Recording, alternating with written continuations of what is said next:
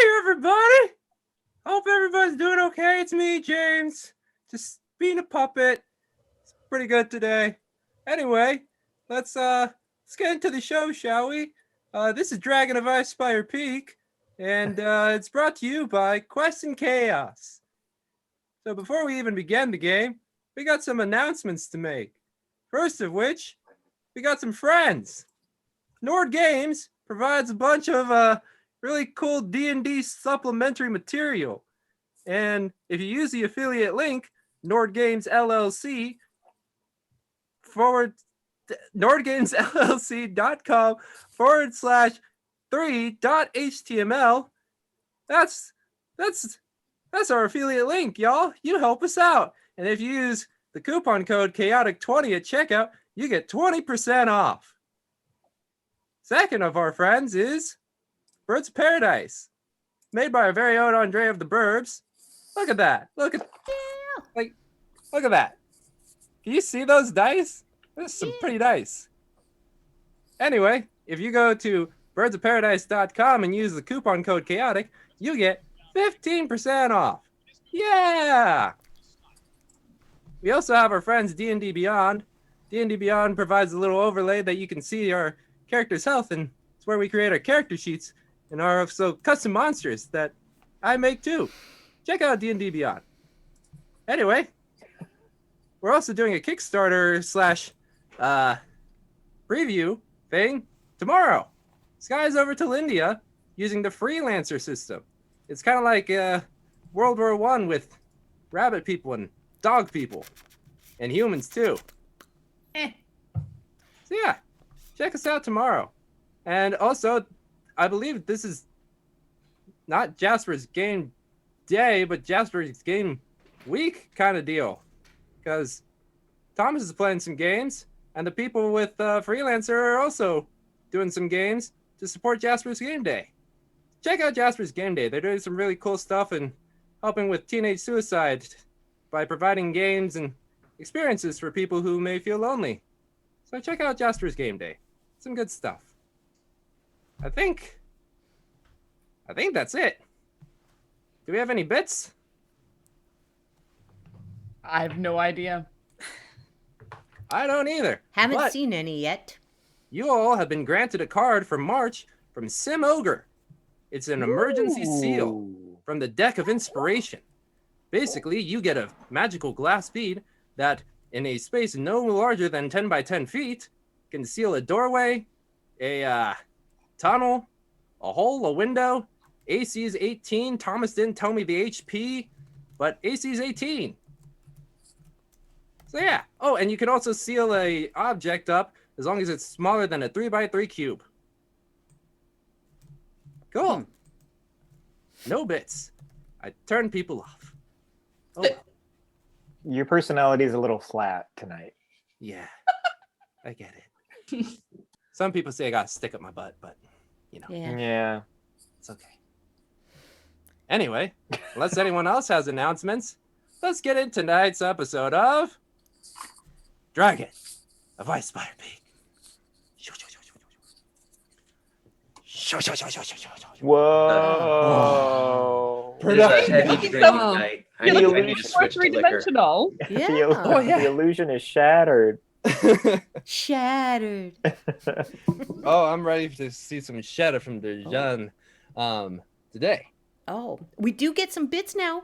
Yes, I do see that. Gave 500 bits to the players. Thank you, Your Grace. Thank you. Congratulations, y'all. Y'all need it. What? Yeah, we probably will. Probably will. Today is the day he's trying to kill us, which I like.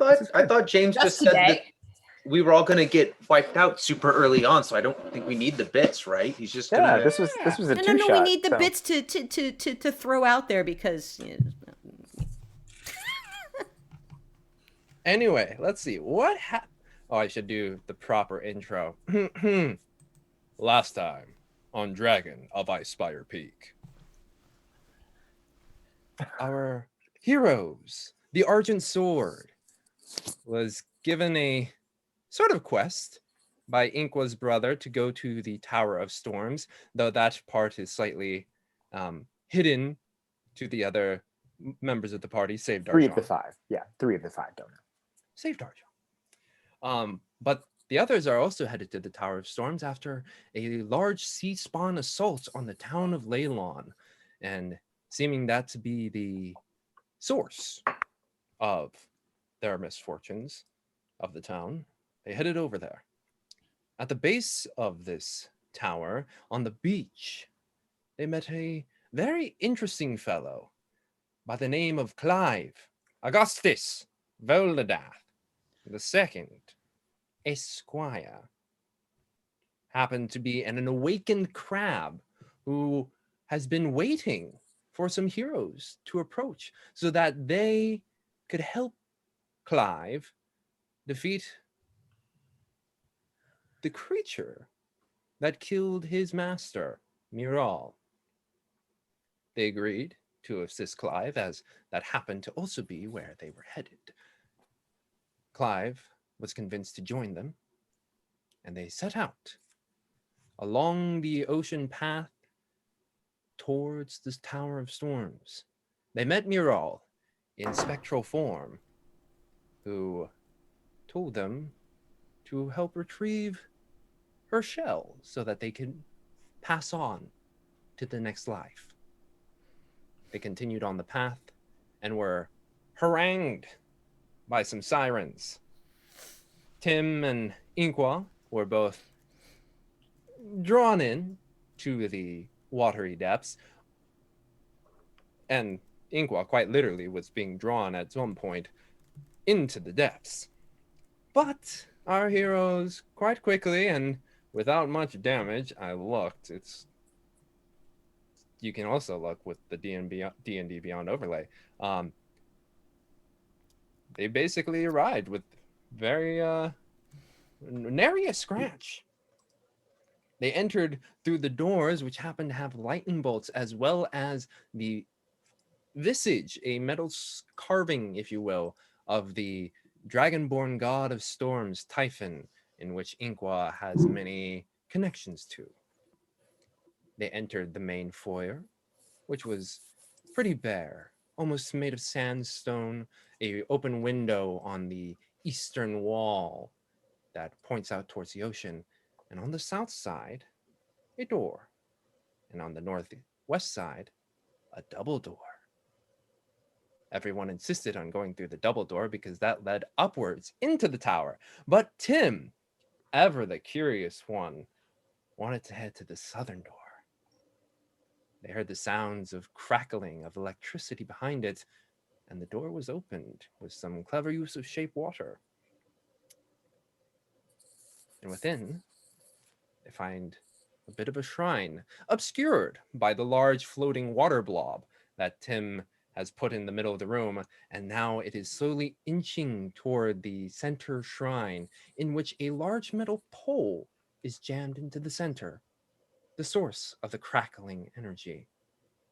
Yes, and as the water moves closer and closer, about to touch the pole, Slidey Toes gives 1,000 bits to the players. Yes, Yeah. thank you. You For have to shape resurrect. that noise too. It's don't stick your tongue to a frozen pole, but do stick your tongue to an electric pole. Which is it? Is that am I getting that right? Tim, you No. dummy. Just try As it you out. say that, the ball hits, and you can see electric discharge into the water. But it seems contained within the water, as Tim proved that his control of magic last time did not create a trail from him to the rod. So it is just discharging within the water. Does it seem to be continuously creating a charge that is going into the water, or Yes. is it getting drained off? Currently, it's continuing to crackle. Currently? Yes. That was good. That was good. I got it. I'm slow. Oh, damn it. It was so, that was really good, Julie. It was so Oh. understated. I missed it. Cool as a Well done. cucumber. Currently. Put that in right under the radar there. Oh, that was good. But your ball of water continues to crackle at the moment. Is Jim, what the heck are there, you doing? is there any window or anything leading out of As you here? look into the room, you see that there is a window on the far back wall that is dusty and salt encrusted. But that really isn't the main focus of the room. As you finally are able to take it all in, there's basically frescoes, if you will, that kind of surround the shrine area that depict oceans, rough, waves high, ships being cracked in half with lightning bolts striking down, and the silhouette in the clouds of what appears to be a very muscular, savage figure whose silhouette, when taken in, looks kind of like Ink was. And Winley, I think, is going to see that and do like the tennis ball. Like, wait, Inkwa, Huh? that guy looks like you. Is it Typhon? You know that you Yeah. recognize the iconography. Yeah, that's Typhon. That's bad news.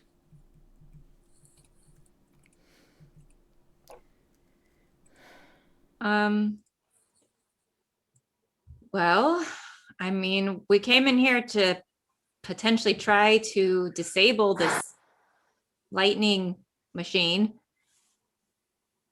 Should we splash it with water? I mean, it's surrounded with water. Maybe we could push it out and break it. So what I was thinking is maybe I can have a stream of water go towards the window and out and get the current to flow away from this. Ooh. But I'm open to better ideas. James, would Inkwa have any prior knowledge of the workings of this particular division of the followers of Typhon? Roll a religion check at advantage. Ooh, okay. 13 plus nothing. So 13 and a 12. 13. Okay. And by working, sorry, I should have specified, like how they maintain and harness their power. Like seeing this rod, Mm-hmm. like I guess what I'd be curious, is this the thing that's powering everything, or is this just a thing that they're worshiping at the moment? Because you said there were places around it. So it's new to you, to be honest, Mhm. the rod. It is. Oh, I could be louder. What? How about now? Do it. Is that better? Thank you. Projection. We want to hear your lovely voice. Yes. Check. 1 2 1 2. So the rod is new. It doesn't register in your mind as anything that you've seen back at home. Basically, the worship of Typhon is more in the savagery one can bring into the battlefield, at least by more natural means. Okay. Yeah, I got nothing, Tim. With me, whatever you guys. All right, I'll try Okay, to guys. get a stream of the water out through the window. So, how far away is the window is the question. Because you can only operate in a 5-foot cube, and the window is about 7 feet away. Yeah. You're muted, Julie, my darling. Thank you. Mhm. Is the altar bolted down or pushed, or there's no way to push it, or? So there is the base altar that y'all haven't approached yet, which seems to be made out of stone. And then there's the rod in the center that goes up and out into the ceiling. Right. I can get it a little further away. I can have no more than 2 of its non-instantaneous effects. So I should be able to hold in place and move it like a stream at another 5 feet, but that still doesn't. Is there another metal pole anywhere? You do not Broomstick? see one. I was trying to think if there was a way to could shatter. Well, you know what? Here, I just have to be a little sloppy. Oh, well. Winley steps back when he says that. Oh, and I it have was just to- like, oh yeah, of course it's going to be sloppy. Yeah. I just uh-huh. make I take like a ball of water and run it along the floor towards the window Mhm. and just not be careful with that so it leaves a trail of water. Okay. Nothing can go wrong with this as I step further back. Yeah, I am cleared well out of the way of this. Same. Yeah, backing up. So your ball begins to glide over, and once was a Don't. controlled sphere, it begins to move its way along towards the window, splashing along, and you just kind of see little arcs just go. And this is away from me. I'm on the other side of the room Yes. from the window. Okay, yeah. Mhm. And you see it leap out the window and just you hear the rain smacking into this trail you left, and you hear even more crackling as it tries to find different places, and it continues to crackle. Yeah, and then once it's at the window, I can just let the rest of that ball of water drop down to complete a circuit to the earth below.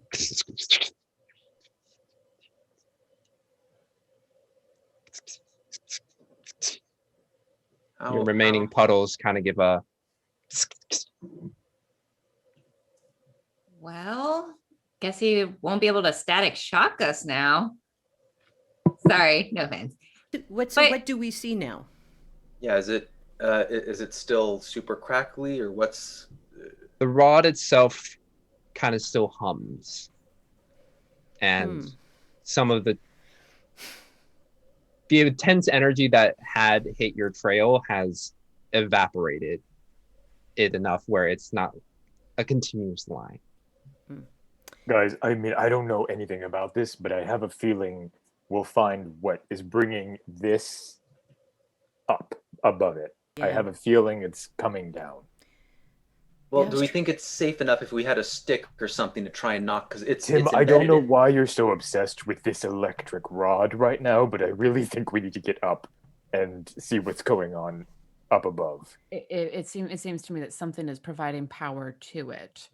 Correct. And if we can't sever the connection, it's just going to keep doing that. Well, probably that magic shell thing is creating storms, which powers the rod, which creates electricity. And then Winley shakes her head like she went into like a fugue state as she like put that connection together. She's not sure where that science came from. She's wise. Yeah, she probably picked it up somewhere, but she just like didn't remember that, and it just came to her. On a placemat at IHOP.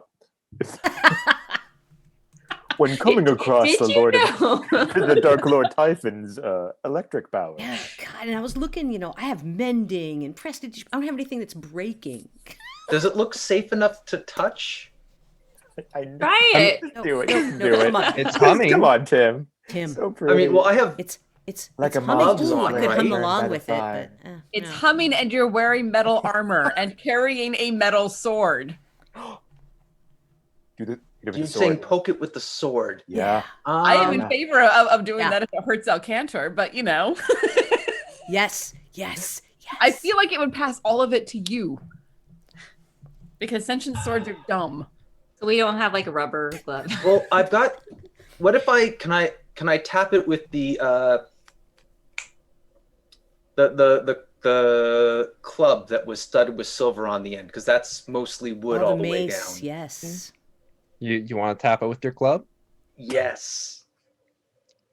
Winley steps a few more steps back. I've come this far. You tap it with your Again. club. Doesn't even matter. Yeah. You put the wood onto the metal, or are you putting it on the altar or the pole? Oh, there's an altar. The pole, and I'm lowering the water down because I'm assuming the altar is still covered with a good amount of water, right? It's kind of, some of it has evaporated through just like the energy that has traveled through it. But you touch it with your club. Yes. Stop. Just do it. Do it. Boink. Nothing happened. Nothing happened. What about with like the silver? If I bring the silver studs towards it, do I see any electricity coming off of it? Boink. Pretty Okay, sure now I'm going to be really stupid. And I'm going to see if I can pull the rod out of the... I've got gloves on, right? I have gloves. We Gauntlets? established that before from Phandalin. They're like leather gloves. That's Well, perfect. yeah, but they're not gloves. They're do not it, rubber Tim. gloves. Do it. In the back corner. Do it, Tim. Do Go, it. Tim! Go, Tim! I think you should just hit it like a baseball bat. Touch Punk. it. Touch the rod. Are you? What are you doing, Tim? Oh, I said it. Right. You grab onto it, and then for all of you, you just see Tim grab the rod. Tim, your vision just goes as you are just transported upwards into the sky. It's not like an out-of-body experience because it feels like you are being yanked upwards and you are up within the clouds. And it's dark and gray. You see a lightning flash, followed by thunder.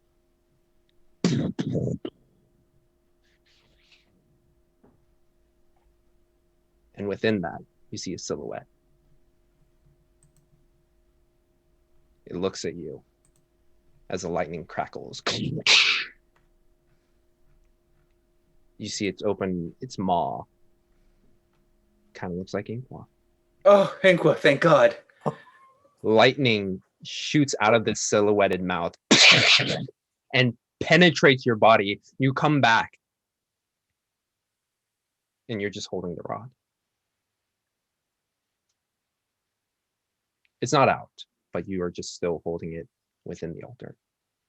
And for us, we just saw him just hold the rod, right? Mm-hmm. I'm doing a slow turn towards Inqua. Yeah, as you turn, Inqua, you look and you can see lightning in his eyes. Just little. Tim, is that you? Inqua is assuming that now he is possessed by some type of something or other. Especially if you see lightning in his eyes. I know exactly. How many? Tim. An aspect of Typhon or something. But like Once possessed, twice shy. I understand. He's gonna who did we meet in Nomengard and had to leave in the forests east of, like he wants to ask him something very personal that only he would know. Hold on, I'm reeling from something.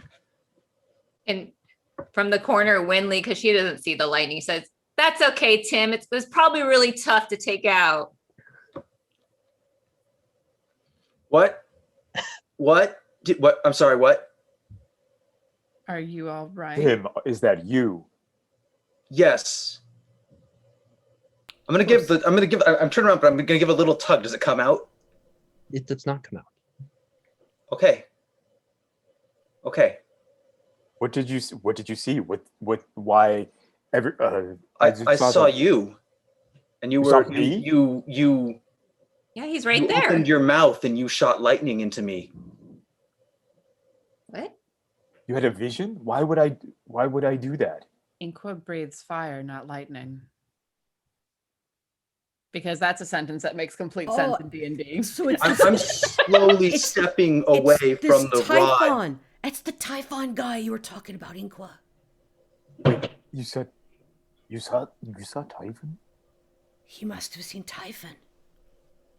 Was it me, or was it something that looked like? I thought not it was all you. Dragonborn look It alike, was- Tim. It was. Ouch. But continue, please. I know you've had a shock. Ah. I was gonna do the. You seem to still be in shock, but okay, all right. Oh, fair enough. I mean, if you want to, do you want to look? And I've moved my hands away from it. Well, I don't know if it'll strike twice, but he'll reach out and. Oh, nothing bad will happen, I assure you. No, Inkwa's not going to do it. You're not going to try to pull it out. Come on, Inkwa. It's like talking to yourself, supposedly. No.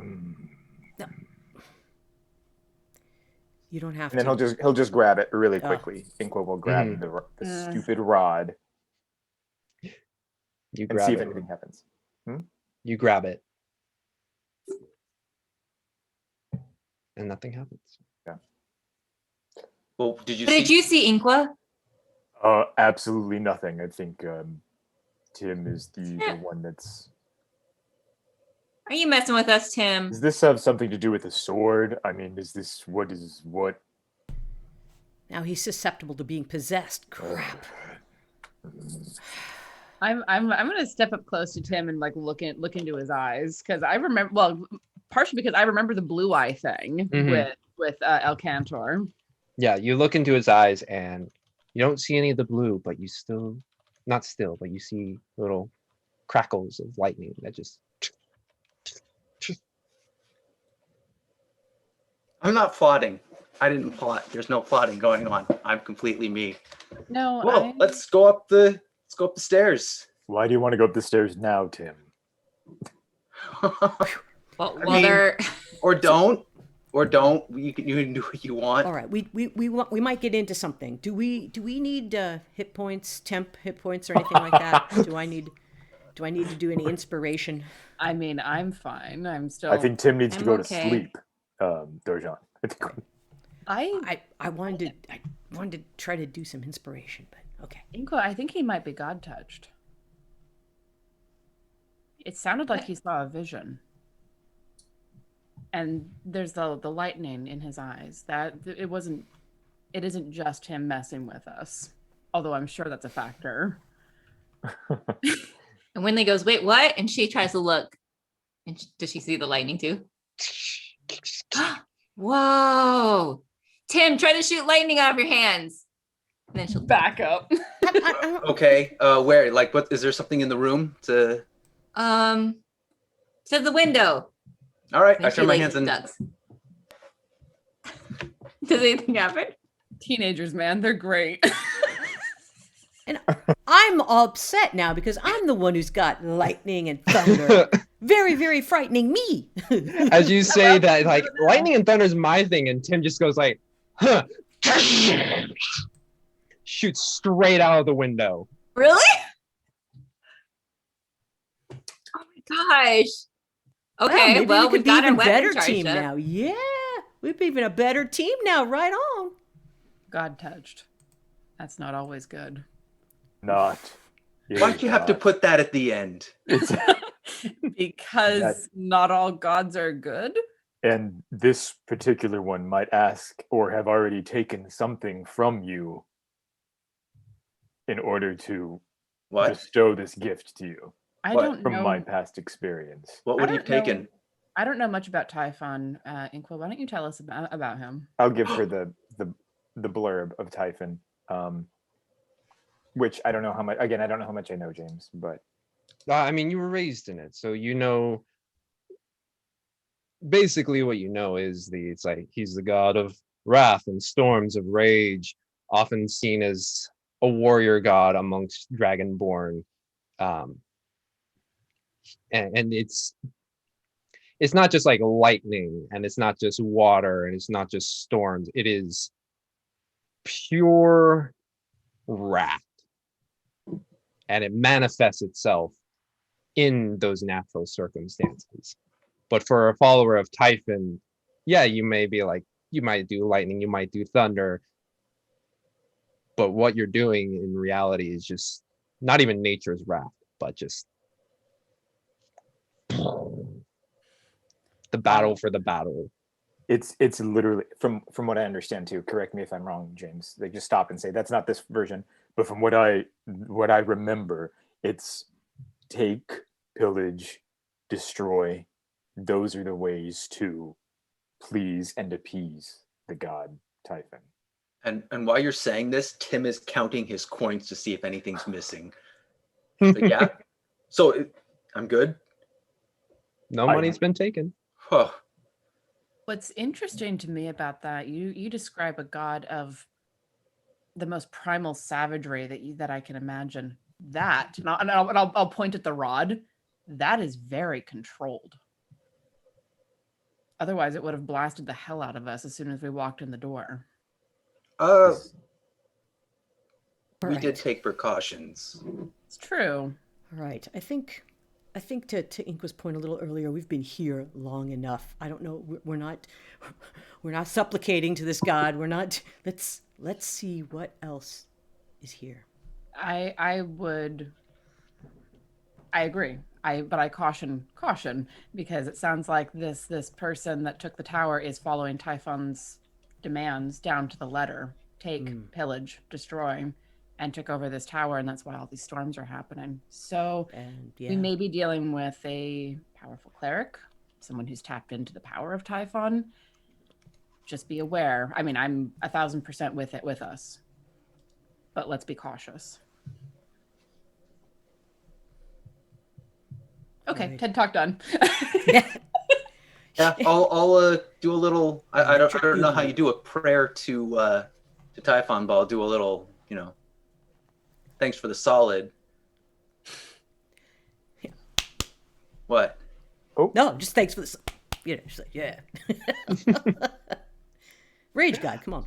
Yeah, but maybe let us know if you start getting really mad and feel the urge to plunder. Well, Or pillage. Deal. Plunder. Oh, wait. I mean, plunder is. I mean, there's always a passive, but it's low key. Yeah.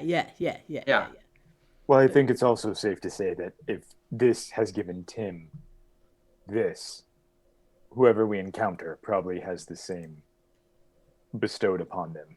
It's certainly possible. They may not be able to use. We may not be able to use that back at them. Well, just saying, if anyone's wearing things of metal, right now, currently, We all look at each other. Well, Winley looks at her new studded same. leather armor. Well, I think studded leather studded leather would be okay, right? Because it's on the outside of it. No, that's not how studs work, friend. I don't know. I've never owned studded leather. Through and close it off on the back. Well, then you put something on the inside to keep it comfy, right? It depends. Well, I do have clothing on rubber. the inside. Rubber. Oh, Yes, just some rubber. our fulsome adventure after this. Inqua's first time in Folsom. Oh, wow. Oh, I would pay money to see That that. would be amazing. Ooh. All right. Well, Okay. Well, then maybe we shouldn't use daggers and swords against it either. I mean, if that's the case, we are screwed. Yeah. Well, let's see. Upstairs. Here we go. Let's see what we can do. Yep. Mhm. As you leave the room and head over to the double doors, Ren Camo. Wow, I butchered that so bad. Ren Camo gifted 5 subs. Thank you very much. Thank you. That's so nice. So use them subs, people. Become a sub. Woo. Don't be a dom. Speaking Be a sub. Speaking of Folsom. Mm-hmm. Cool. So you head to the double doors, y'all? Yeah. Okay. Tim, go first. So there they are before you. Ooh. Oddly, compared to the outer doors, there's no insignia on these ones. Am I going first? Yeah. It's Okay. either you or me, buddy. Or both of us, but it's a double door. I mean, I obviously checked the door for. Has the door been checked for traps? I don't think so. Not that I'm paranoid or anything, or even have good trap detecting skills, but I will roll dice. All right. What did you roll for investigation, my friend? 4. 4. Could You check want me to around, take a you look look, at that before? you feel like you did a thorough job. All right. Yeah. All right. I'm gonna open up. And Whitley says, "That's the wall, Tim. The door's right there."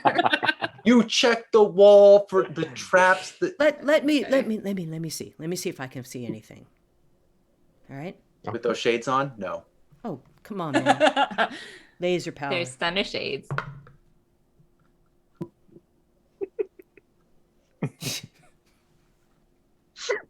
Uh-oh. I was right. See, the wall is where the traps are kept. Exactly. You were exactly right, Tim. Okay. Mhm. See, Okay. and Darjan's a professional. How about Wait, you guys open the just door. everybody I open- stand back? You open the door. Yes. Oh gosh. You look inside. You see No, a I'm stair- confident in my work. You see a spiral staircase starting to go upwards and some doors to your right. Oh God, it's more doors. Oh, so many Doors doors to the in this right. place. There's doors to the right and stairs up. How do many we- doors? Let's go up because that's where the rod goes. Yeah, but where did he put the treasure? Mm. I specifically to Darjan. On the way back. On the way back. Okay. Huh? That didn't sound like common No. or Elvish. Thieves can't, right? Are either of you rogues? Up the stairs. Yeah. Okay. Okay. You begin to wind upwards the stairs, and it goes about 20-ish feet before you hit a little landing that has a door heading to your right. This one? Is this where we think? Do we hear anything emanating from the door or behind the door? Just Press from your ear against the door. our passive 14. You I'll hear put my ear rain. against it. We hear rain. I mean, I would All right. just probably go to the top, right? I'm with Winley. This And was we can probably a see- shortcut to the top, but I keep walking. Yeah, let's go. You keep walking. You head upwards, and eventually you come out from the bottom of this staircase, and you are at the top. You see at the center a interesting contraption. I don't believe any of you are familiar with where or lighthouses and just like having been there, but it's a massive brass reflector there, and currently it is blocking the other side of the lighthouse, but you can see surrounding it are just glass walls, almost circular, a little bit more like a 12-sided, if you will, but pretty close. Glass, some rock that is holding the glass within, a wooden roof up above. But right now this brass reflector sits with the main or the reflective part, the back of it, facing you right now. All right, we'll start to walk around because we think the seashells here. I'll walk in the opposite direction. Yeah, I was gonna say. Come Yeah. around it.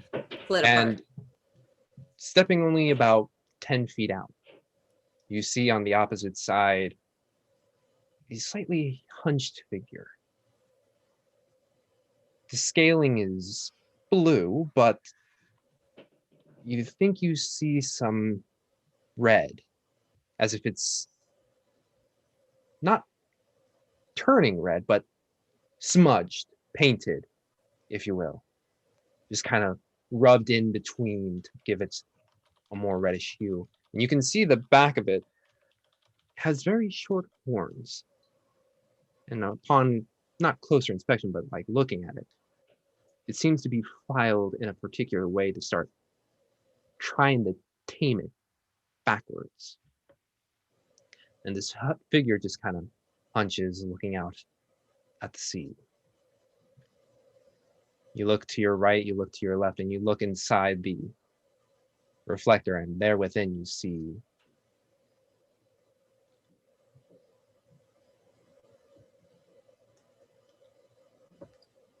The shell. Yeah, you see the shell. Oh, Is it like glowing or anything? It is not glowing. Just sitting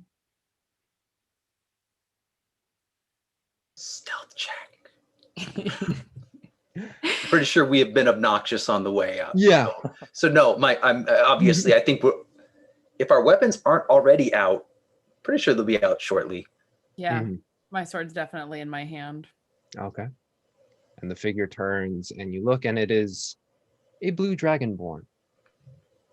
However, the common nose horn, if you will, has been filed down to just like the barest it can be. And you can see this reddish dye almost, whatever it is, has been kind of smudged in to this person.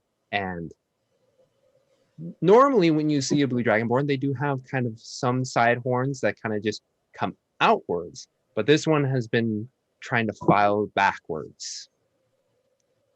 Are they trying to look like Inqua? No. They're trying to look like something else. Yeah. also, Inqua hasn't come around yet. He'll still maintain. So I don't know who this creature can see, because I think it was Isolt and Winley went one way. Tim went. Well, the there's other way. mirrors all the way around, right? So Windows. Oh, Right. And there's just the reflector in the middle. Yes. I'm assuming. Yeah, So- it's a lighthouse. I And went it's- with Tim around. yeah. So he'll lag behind. Yeah. But I think he'll see it. He doesn't want to make his presence known quite yet. Okay. So as this figure turns, and you try and assess, is like, is he trying to look like Inqua? It's a very odd, not just how disfigured this person has possibly made themselves. It's kind of hard to tell what they're aiming for. But they look at you and they kind of just smile like, hello. Hello. Things. oh, if he's looking towards Assault, Tim will start to mosey towards just little by little towards the seashell. Don't. You all have been making quite some noise in my home. Yeah, we're not very subtle usually. I can tell that one of you has seen Typhon.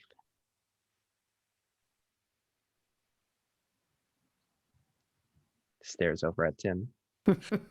Can you now? I And see you needed to borrow DJ's sunglasses. I should have handed him over. I see there is humor in this group. Yes. But I smells one other with you. Why don't you step out from behind, friend? Inqua will walk out slowly. And I know they've all been outside, so he'll take his hood down and then show his horns and his face and just kind of directly stare into the eyes of this dragonborn. And you stare at him and his eyes just go wide. Hi.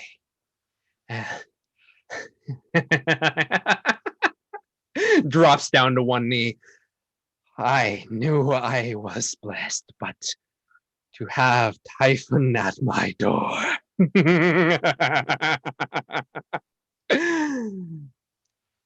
Winley will go up to Ingua. Just go with it. Please, Inqua's gonna now put on his bard moment. He's gonna, after observing Darjan for so long, is going to try and put on, rise, my child. Yeah, yes. Can I roll anything to make it like? Does he really think that I am Typhon? Roll. I don't know. Or are you trying to see whether he's or what? Because what he acted kind of sus. Blue is kind of sus here. So I roll an insight check. Okay. I just don't. I want to know that if he really thinks it's me, Okay. Blue wearing a red hat over here. Yeah. Yeah. It's, Also, try to make sure he's not trying to single white female you. you said it's inside. Ooh, that's plus. That's plus. That's going to be a 16. Oh shit! You got him. You got him. Yay. Yes. Good job, Laura. Oh, James. I'm glad you know what that movie is. You're so young. I know.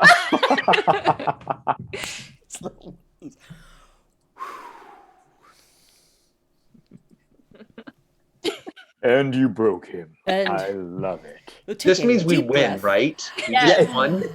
And Tim took the shell, Tim and then we took can the just shell. go And we out. go down, and then a rainbow comes out, and D&D And is the a Ice competitive Dragon game, and dies. D&D is a competitive game, and the winner is the first player to either break the DM or make the DM say, "Oh fuck you." yeah. Been on both sides of that. But like in all of this, Tim has leaned towards Argent and is like, "It was Typhon. What? Just go with it. Just go with it. Remember I put on disguises? No, but what if he is? I saw him." That'd be epic. Ink, while you look into this dragonborn's eyes, and you just see utter devotion. Right. Rise, my child. Thank you for holding this space for us and bestowing my power upon this one. And I'll kind of like turn to Tim and put his hand on his face like this, like smack him in the face a little bit. Just be like, yes, and kind of shove him out of the way. When else can you get away with smacking Tim in the face? Exactly. It's just like, Yes. rise, my son. Hallelujah. Yeah. Hey, that's like Please my tell me, parents. what have you been accomplishing in my absence? I have done much. I have done much. Mm. My lord, I have done much. And I see you have a very interesting consort with you. But come to the window. You will see my work. You will see. Mm-hmm. Step this way. Step this way. Yes, absolutely. And my consort will accompany as well. Mm-hmm. And as you get closer, he gets kind of buddy in the sense where he like puts an arm over you to like guide you over towards the window. And as he does that, you see that the left arm is from the forearm up, a metal claw that is just kind of rests in a naturally crooked position or clawed position. That's the arm over me? Yes, left arm. Okay. And he leads you over to the window and say, see what I have done. And you look down below and you see shipwreck after shipwreck, mast, points, broken wood, just roiling up in the waves below. See, Typhon, I have done much in your name, much destruction, and points over off into the coastline, and you can see just the easiest bit of ley lawn. He's like, they will be next, my lord. I will. I know you have granted me the ability to waylay them. They will fall soon.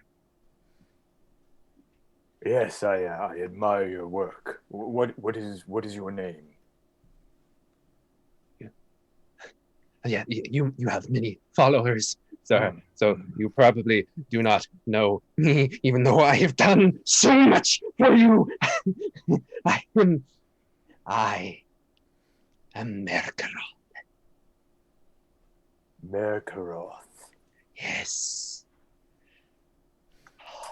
Well, Merkurath, I'm vamping. Well, Merkurath, I truly thank you. The power seen in this. Is this you as well? And then kind of reference the green. Is it emanating from the shell? It's not no emanating green light at the moment. Okay. Please tell me. As I was approaching, knowing that such a devoted follower was I could sense the power that was being drawn from this point. I remember seeing a greenish hue last night.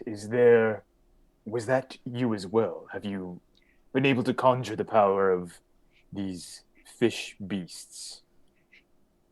And it, like, kind of as he's like doing this, he's gonna look back to the group and be like, "This is the best I got." So, Yeah, of course. When you give me strength, you give me power, Typhon, I do not waste it. mhm. And do you reside alone in this tower? Do you serve? Are you the solo follower here? I'm being messaged in the chat. Yeah. I would like you to roll a stealth check. I know Tim is at disadvantage, as well as Winley doing something. All right, that is 11. It's 11. not the worst, but I'm taking it slow. 18. Ooh. I'm trying to look Merkura. natural, so if he does look back, it's like I'm one of his consorts. I'm just like coming up to like look at the view too. Mm-hmm. But if he cannot notice me, that's bonus. So, Winley, seeing this play out, your hands just you start to scooch slowly over towards the shell and grab it and just place it behind your back. She's going to replace it with her mechanical unicorn that she got from Nyx, like an Indiana Jones move. You place it there. Tim, you begin to creep up towards Merkurath, and he turns to you. He's like, "You may be of his, but do not step closer. This is my time." Tebow, stand down, please. How close did I get?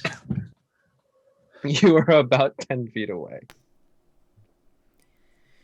I'll look at the others. Can I try to charm him? How do you do so?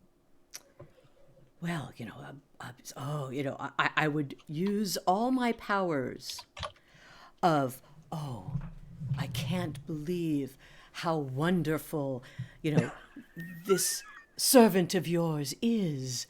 And I would tell him, it's like, and I'll start singing, we're going to throw down the electric boogaloo and we'll crash it louder. And we're going to throw down the electric boogaloo and then we'll crash it louder. And I'm trying to get closer and closer to him and charm him. Is that a spell? Yes. Okay. Which spell is it? Charm person? Yes. Okay. What is the rules on that one? It's a Wisdom 13 save. Okay. If it fails the saving throw, it's charmed until the spell ends or until we do something harmful. It regards as a friendly acquaintance. Okay. Well, kind of already does that, but Can't do anything harmful, Tim. that's That's So That's if not you the guys lead don't I want me wanted to to do it, follow. just I'll start singing and then you guys can be like, back off. But I was trying to get it because Ink was starting to like go, oh crap. Mm-hmm. Well, did he answer the question of, are you alone here? Is this your? He has not yet, but that's the only thing I really want to know. Because if he's solo, let's kill him. But I mean, like, if there are others here, maybe yeah. I was hoping I could charm him so he could he would be more outgoing and outcoming to us. No, that's So as he whips his head towards Tim to say stop, and DJ, you start to writhe over. Sorry. I don't know the right word to describe. That's good. I like a ride over. I'm boogalooing. I'm boogalooing over. Yeah, boogalooing on over. I imagine you as David Bowie in Labyrinth right now. gets the fushigi ball. All I have is a little die.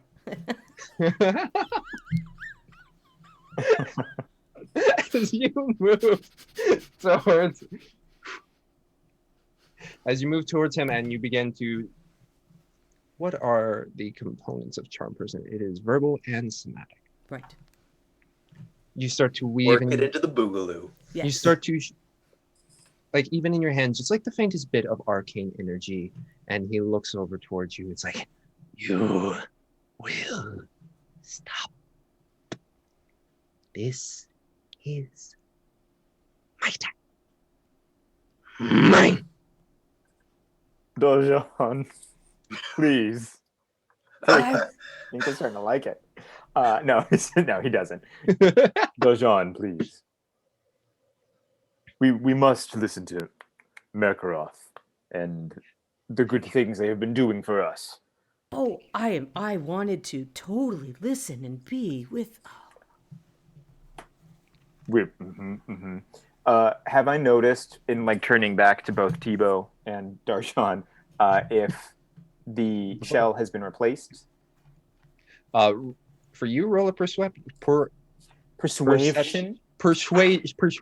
check. It won't. It's a 2, so no. Yeah, you do not notice that Winley's done the swap. Okay, cool. So please remind me, sir. Are you alone in this, or do you have other followers that I can thank? No, it is only I who is devoted to you. In hearing that, instantly we'll look, because I'm assuming Isolt's been slowly creeping up, because we know that Isolt is on this. And I'm just going to make eyes at Isolt and just be like, kind of like, okay. All right. If now's the time. I'm hoping that the Inqua is turning Merkurath a little bit so that his back is to me and just like step, stab. Okay, roll for me a stealth check. Disadvantage.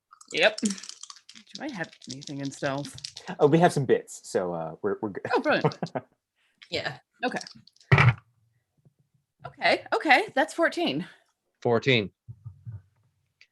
Your eyes, Inqua, as they start to dart back and forth, you signal Isil to start coming in. And as you take the first step, the second step, he turns to you.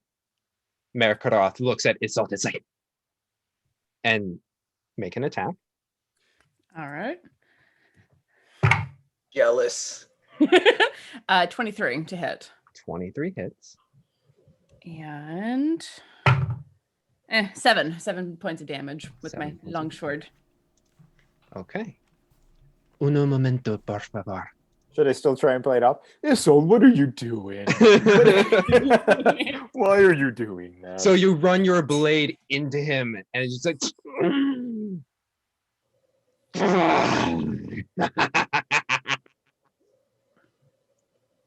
Let's roll initiative.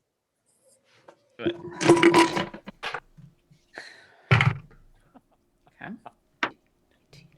Sweet fucking Jesus. Oh, I need to roll for Clive, who is also with you. Clive's been here the whole time? Did Clive's I get a chance to sneak over to Clive and ask him about the shell? You got about, let's say, 20 seconds before the shit goes down. What do you ask? I just want to say, hey, Clive, I got it. Do you know how it works? No. It's just that Muriel held onto it, and it's what she used to cast spells. I don't know what he's possibly done with it. She just nods and kind of pats him on the head. Oh shit! And then you watch as Isol runs a blade into Merkura. Oh. And let's rearrange y'all there. And James, can you remind me, in the dreams with my brother, did my brother say to destroy, like to deal with the problem there? I remember him saying get rid of something. Yes. This is okay. Because the name sounded familiar, but it was like, 12 episodes ago, and I yeah. I mean, if it's not him, Shut it up. If it is, bonus. No, there's no whoops here. This is like, this guy can go. Yeah. Yeah.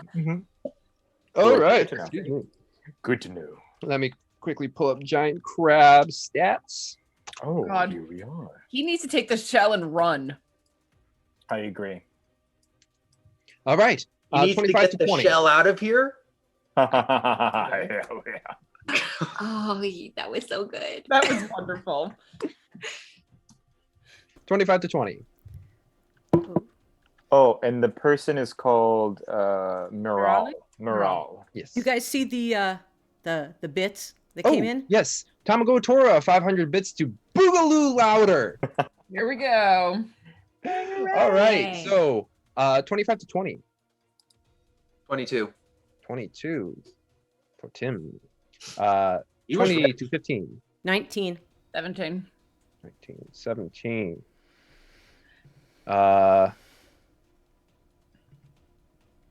15 to 10. Okay. So Oh no. Clive. At a, what is that? A 14 for Clive. 10 to 5. Got 5. 5. Okay, Winley. And then what are you at, Inqua? 3. I rolled a natural 1.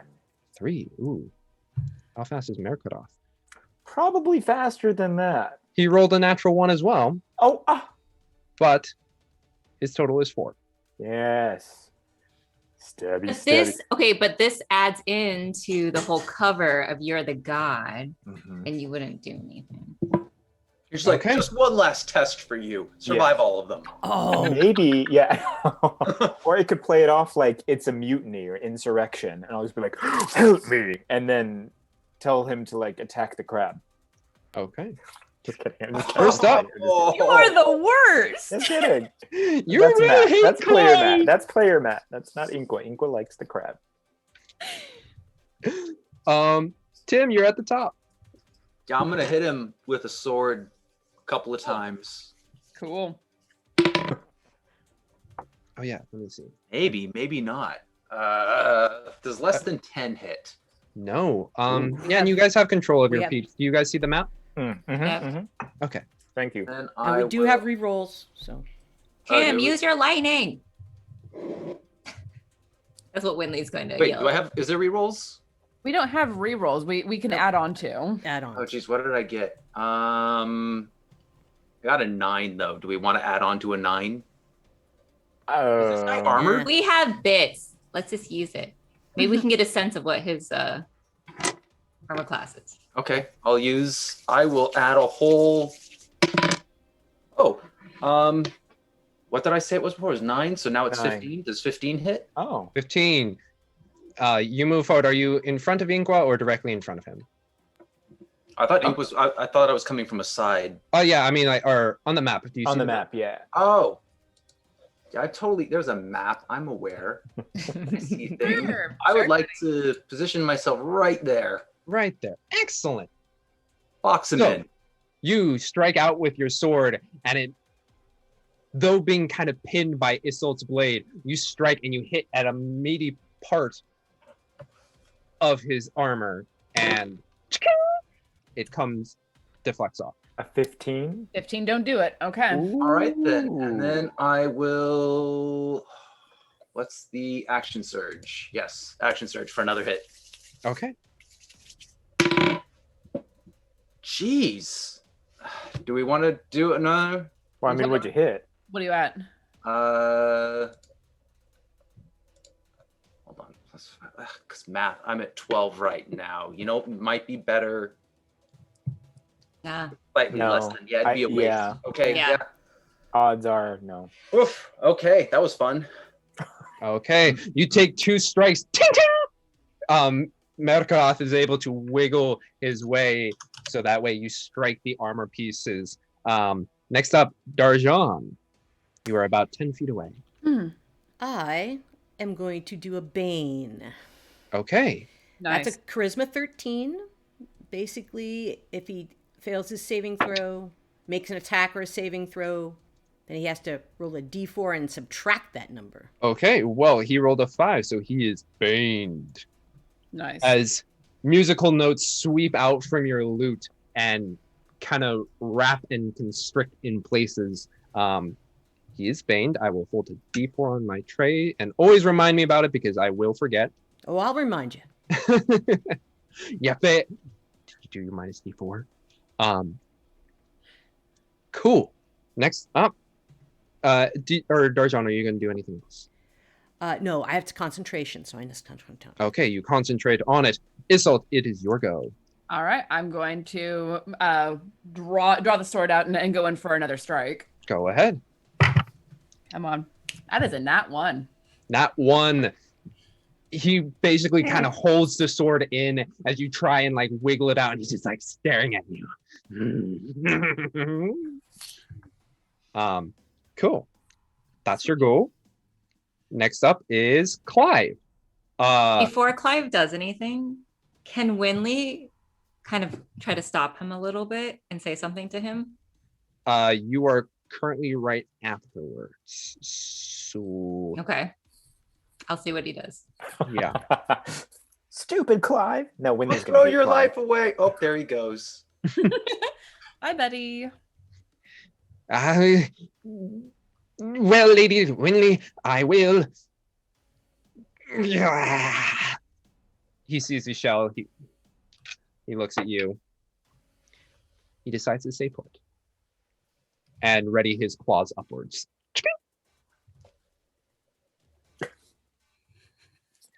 That is Look on Clive's that turn. face. Next up is Winley. So Winley is going to kind of stoop down to Clive. Well, he's pretty tall, so she doesn't have to stoop that much. But say sometimes the bravest thing to do is to run away. And she like is going to hold the shell out to him and say, can you run as fast as you can and try to plug your ears about the sirens and try to give this to Moral. And if she doesn't do anything with it or take it, just crush it. Roll a persuasion check at advantage.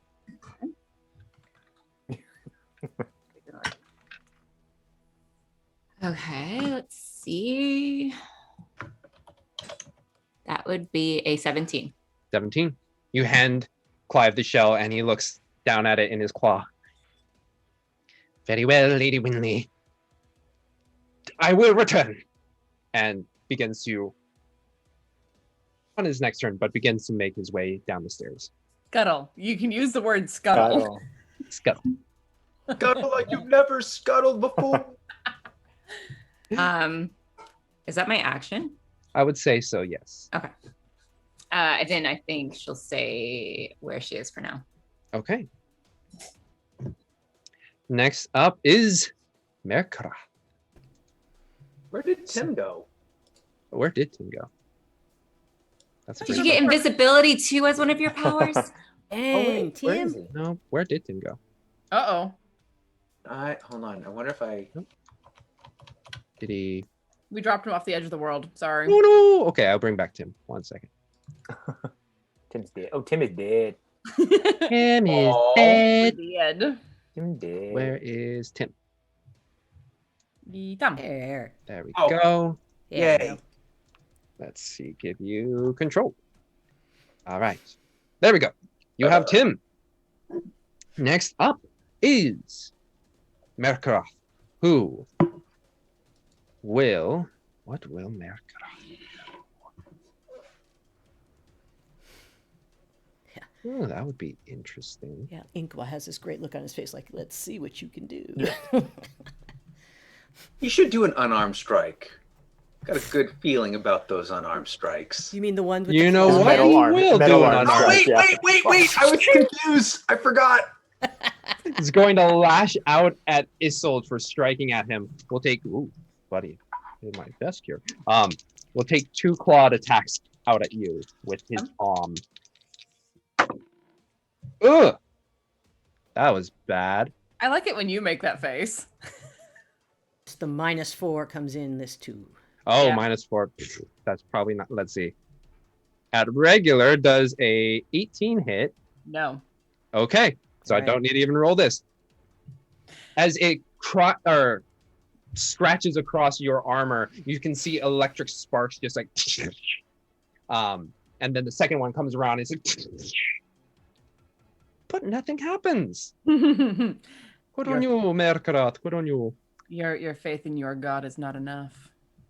You whisper that, and he just snarls at you.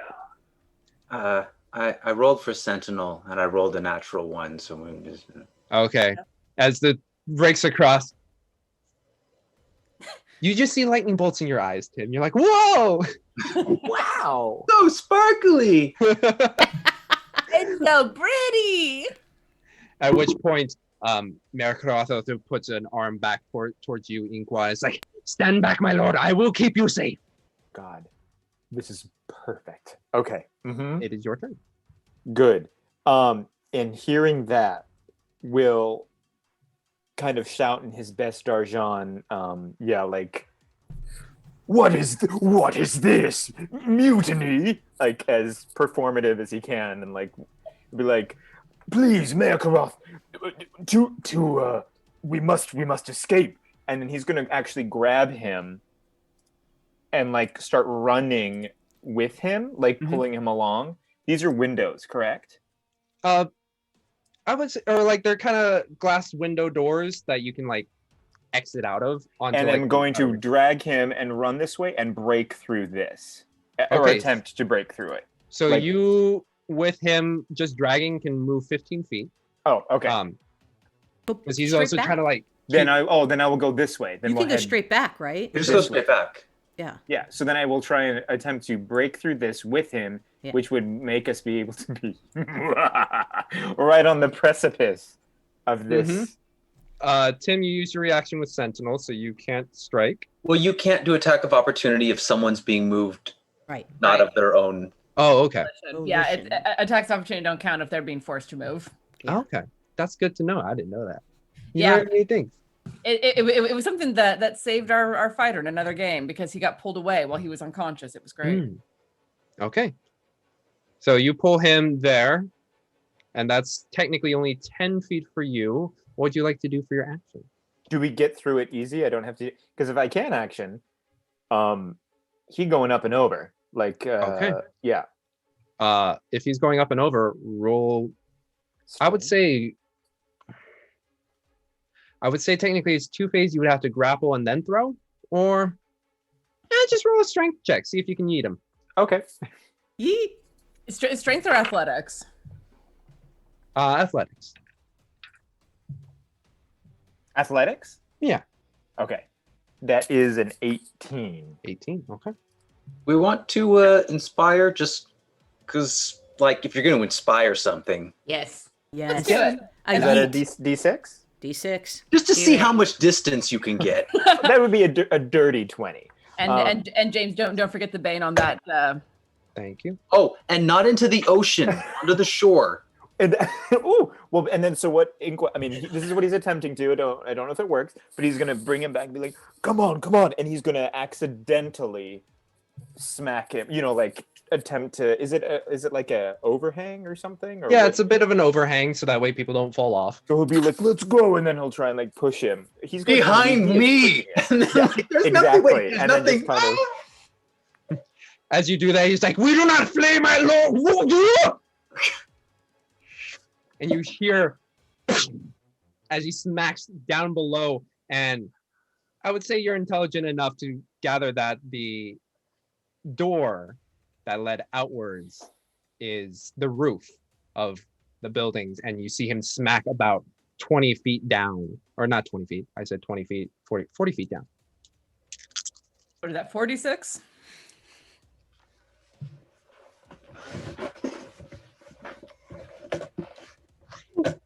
I rolled no, 2 ones, Clive. a 2, and a 6. Oh, So that's only 10 damage. That's okay, but I feel bad for Clive now, who is probably like, "Whoa." Oh, he hasn't left yet. He hasn't left yet. So you all watch as Merkurath goes up and over and just Oh. and he takes 10 damage. And then we'll shout, "Merkurath, get up here as soon as you can. Help me!"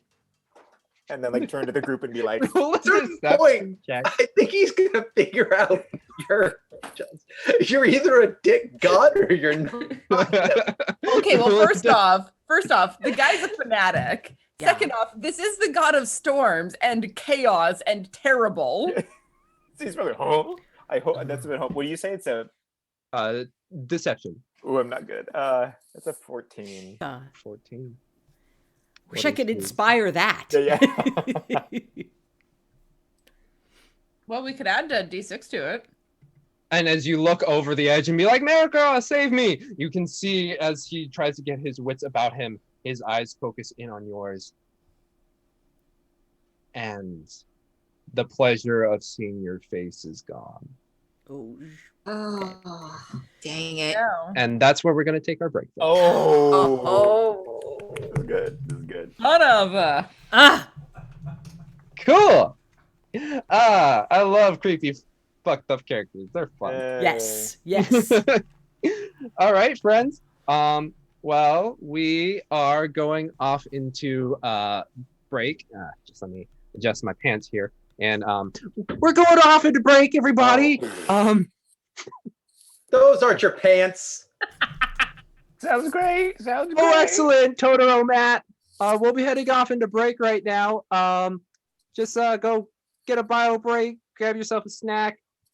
We'll be back and see what happens with Merkurath and Clive and Mural and the Tower of Storms. Yeah!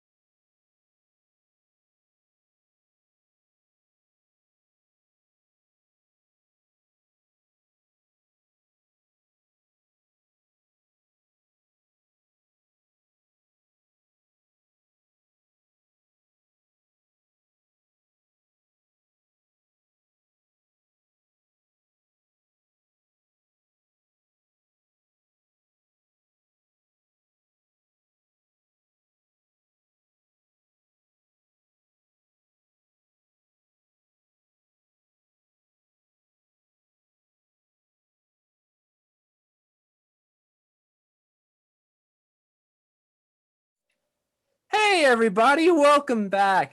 As you can see, Nick here is the human, and none of us are. So that's pretty cool, right? Wow. Yeah. Am I the one that teaches all of you a lesson at the end of this? Yeah. Don't be puppets. And look who's there. I see a mat. Today's episode is brought to you by the letters Q and C. Can you say yeet? Can you say yeet? Yeet! Oh, ow. Uh, I don't know how Perception Studio does it all the time. Yeah, God, I can't imagine. The letters of the day are D, J. I mean, they probably do it the way Sesame Street does, where it's like cameras up here and they're like way down below, and they're like, Yeah. Probably. No, it's amazing how they do that. I can't see how they would do above their head like that all day. Yeah. I mean, it's like I did a puppet show once where it's like up here and like that hurt, but like from up here, it's straight lining it, so it's pretty all right. But hey, Tamago Tora gives 500 bits for the puppets. Now the question is it for me because of the inspiration, or is it No. is it for them for following along? We're followers, James. I mean, that's just how it works. Yes, followers of Typhon. Nope. Yes. Speaking of followers of Typhon, Inkwad just yeeted Merkurath over the upper floor lighthouse wall and heard him go a good crunch on the ceiling of the building below. But as he looks up, eyes begin to fill with hatred. But that is Inkwad's turn, and that was only the second round. Or first round. That was only the first round. Tim, what are you planning on doing? Is the combat continuing? Are you guys staying in place? What are y'all doing? What's Tim doing? I'm going after him. Okay.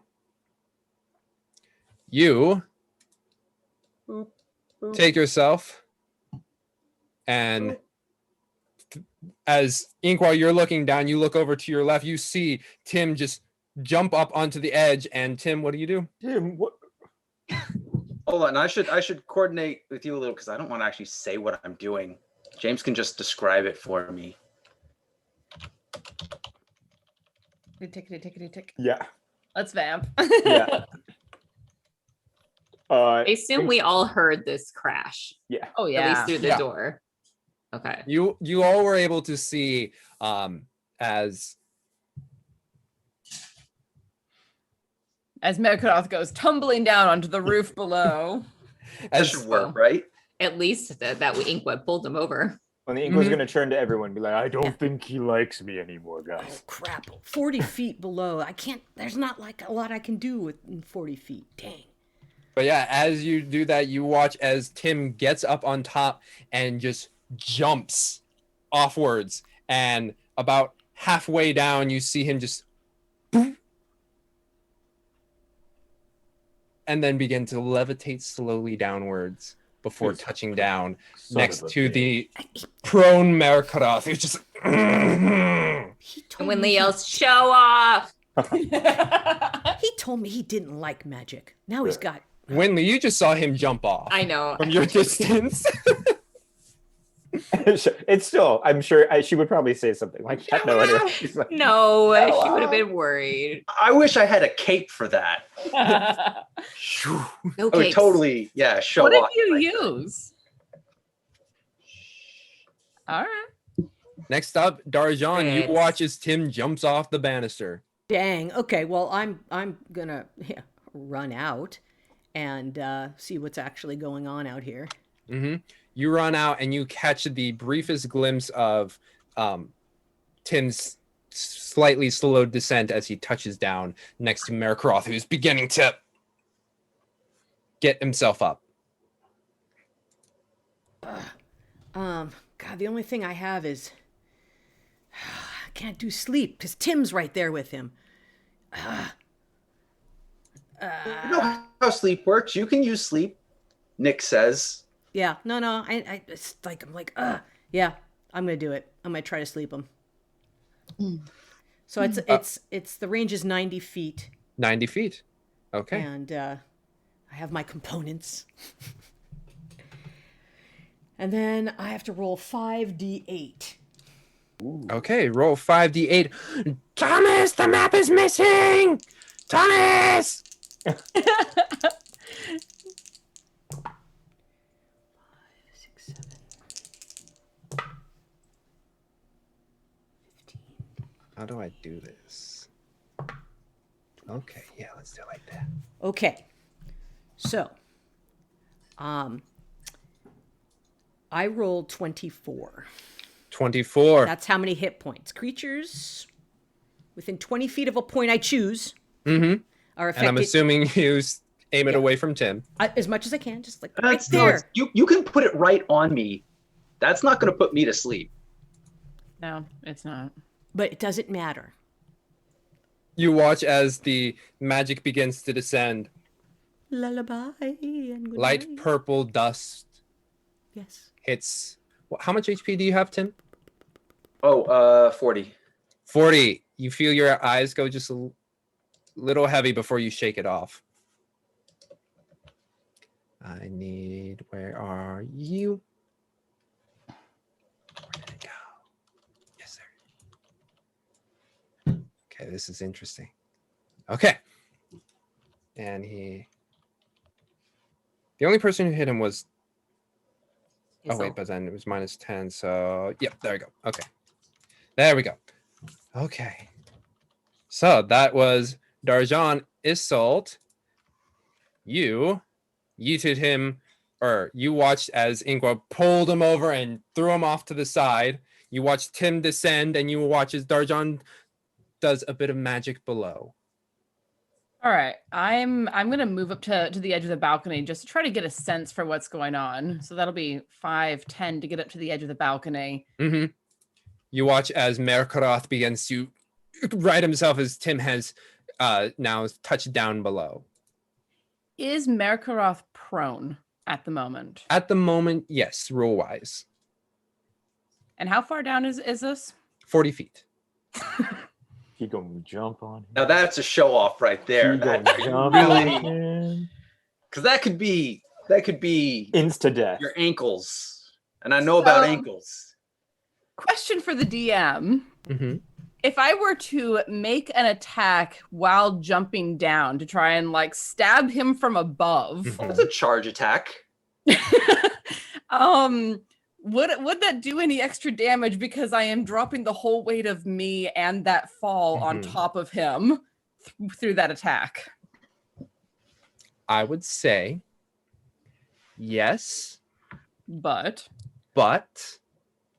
because you are trying to ascertain where he was, I would say the attack would be made at disadvantage. okay. Fuck it. Let's do this. Absolutely. Yes, Oh, yeah, baby. you land on Tim. All right. So yeah, I'll like mentally measure, gauge it, and be like, and gauge how far it is to get back down. Mhm. Recognize that I'm not going to be able to run down there fast enough to actually really do anything, and just step up under the edge of the banister and grab my sword in both hands, actually slinging my shield onto my back. Okay. Grab the sword in both hands and just jump. Jump, roll, and attack at You know what Ink was disadvantage. thinking? Might as well jump. Oh. Go ahead and jump. Might as well do it. Oh my god, the lowest one was a natural 15, so 22. Ooh, okay. 1 second. Let me add you to the map. Now Tim says show off. Let's put you there. You will still take fall damage because Yep. it does not cushion you. So you take. I mean, if you land on a body. Well, no, and also, can I make any kind of check to try and cushion the fall, like land properly? I would say no, not with this. Nah, one. probably not. No acrobatics or anything, huh? I'm bad at Uh, acrobatics. That is 17 damage. Okay. And as you descend, you strike, and you may also add an additional 46 to your attack. Excellent. So it was 17 fall damage. Yes. Sorry, having to do math. There we go. All right, so I add 4d6 to the d10 because I said very specifically I was using the longsword in both hands, Yep. and I'm also going to add a divine smite to it. Okay. I have a handful of dice all of a sudden. Oh, that's a good sound.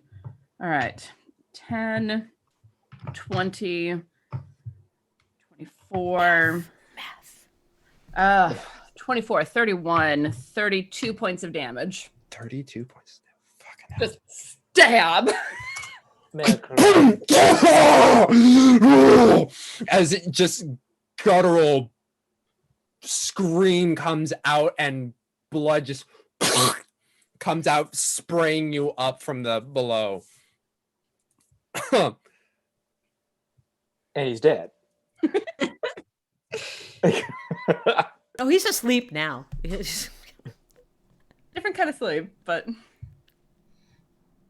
excuse me. Not dead? Nope, he is not dead. Cool. The power of religious fervor. Next up is Clive. it be like that. It do be like that. Next up is Clive, who's sees what's going on. It's like, I will now go, Lady Whitley, and begins to descend down the stairs. And I'm next, right? And I think having seen everyone go over this side of the edge, she pieces it together that they're somewhere down there, and she goes, "Wait, Clive!" And she will follow him. Okay, you are closely following behind. Yeah, and then try to like yell, like, "Wait, we got to be careful." Going down this twisting staircase, and I would say with your movement, you get to the door that leads to the roof. That is currently closed. Oh, the ground floor door. Not the ground floor, the landing. Okay. Yeah. That we're all just slightly above. Yeah, on the we roof didn't of. go down. We didn't go in that door. Yes. So Whitley is gone. Where are? Okay. Yeah, there was a door on the way up, and we listened. We just heard rain on the other side. Right. That's where they are. That's where they are. Got it. Okay. Okay. Oh, okay. So then actually I don't have a concern of Clive leaving then. For some reason I thought he had landed in the initial entry room. No. Mm-mm. No. Okay. No. He will be running by the room, though. That's for sure. But yeah, I still won't know where they have landed. So I will still just say, like, be careful. We don't know where they are, essentially. Mm-hmm. Next up, after Whitley, is Merkurath. Oh, what does he want to do now? Do we Consider his see life anybody? choices. He said he was solo, so Is there another map? Yes, there is. Okay. oh. We'll move that over to there. Oh. Okay. I'm Okay. impressed that you thought that we would get here. Yeah. No, because like I thought about, I was like, I would want Merkurath to throw one of you over, so I made the map. And we did it for him. Yeah. So this is a slapshot, and we'll make sure. You see on this end a metal crude statue of, with all the recurring iconography, metal of Merkurath, which we are using Remy for right now. Saw that one. Are you serious? Oh, he would love to know that he's being seen as a god. But yes, this is where Merkurath is, and as you plunge your sword into him, Merkurath will. How far does he go? Well, he has to use half his movement to stand up. If he's prone. And also I should have had advantage on that attack because he was prone, but whatever. I say disadvantage because it's sort of a ranged attack. Because you are coming in and trying to ascertain with your sword point a person on the ground. 40 feet away. Yeah, no, that Yeah. was an impossible shot, and I'm glad it worked. Okay, yes, he'll do that. He's not going to sleep at all? Oh, No, unfortunately, at the time, Tim had less health than he did. yes, that's what I was afraid of. Yeah, sleep is hard for an opening gambit because almost never is someone low enough, even if you roll at the top of the. Oh, yeah, but I figured, he's down there. Got to try it. Love it. Okay. He will, underneath your blade, begin to move his hand and just, and you watch him go. And pop on over about 30 feet. 1, 2, 3, 4. Wait. 1, 2, 3, 4, 5, 6. Over here. As he stands there and he looks over at the god or the statue of Typhon. It's like, you are false.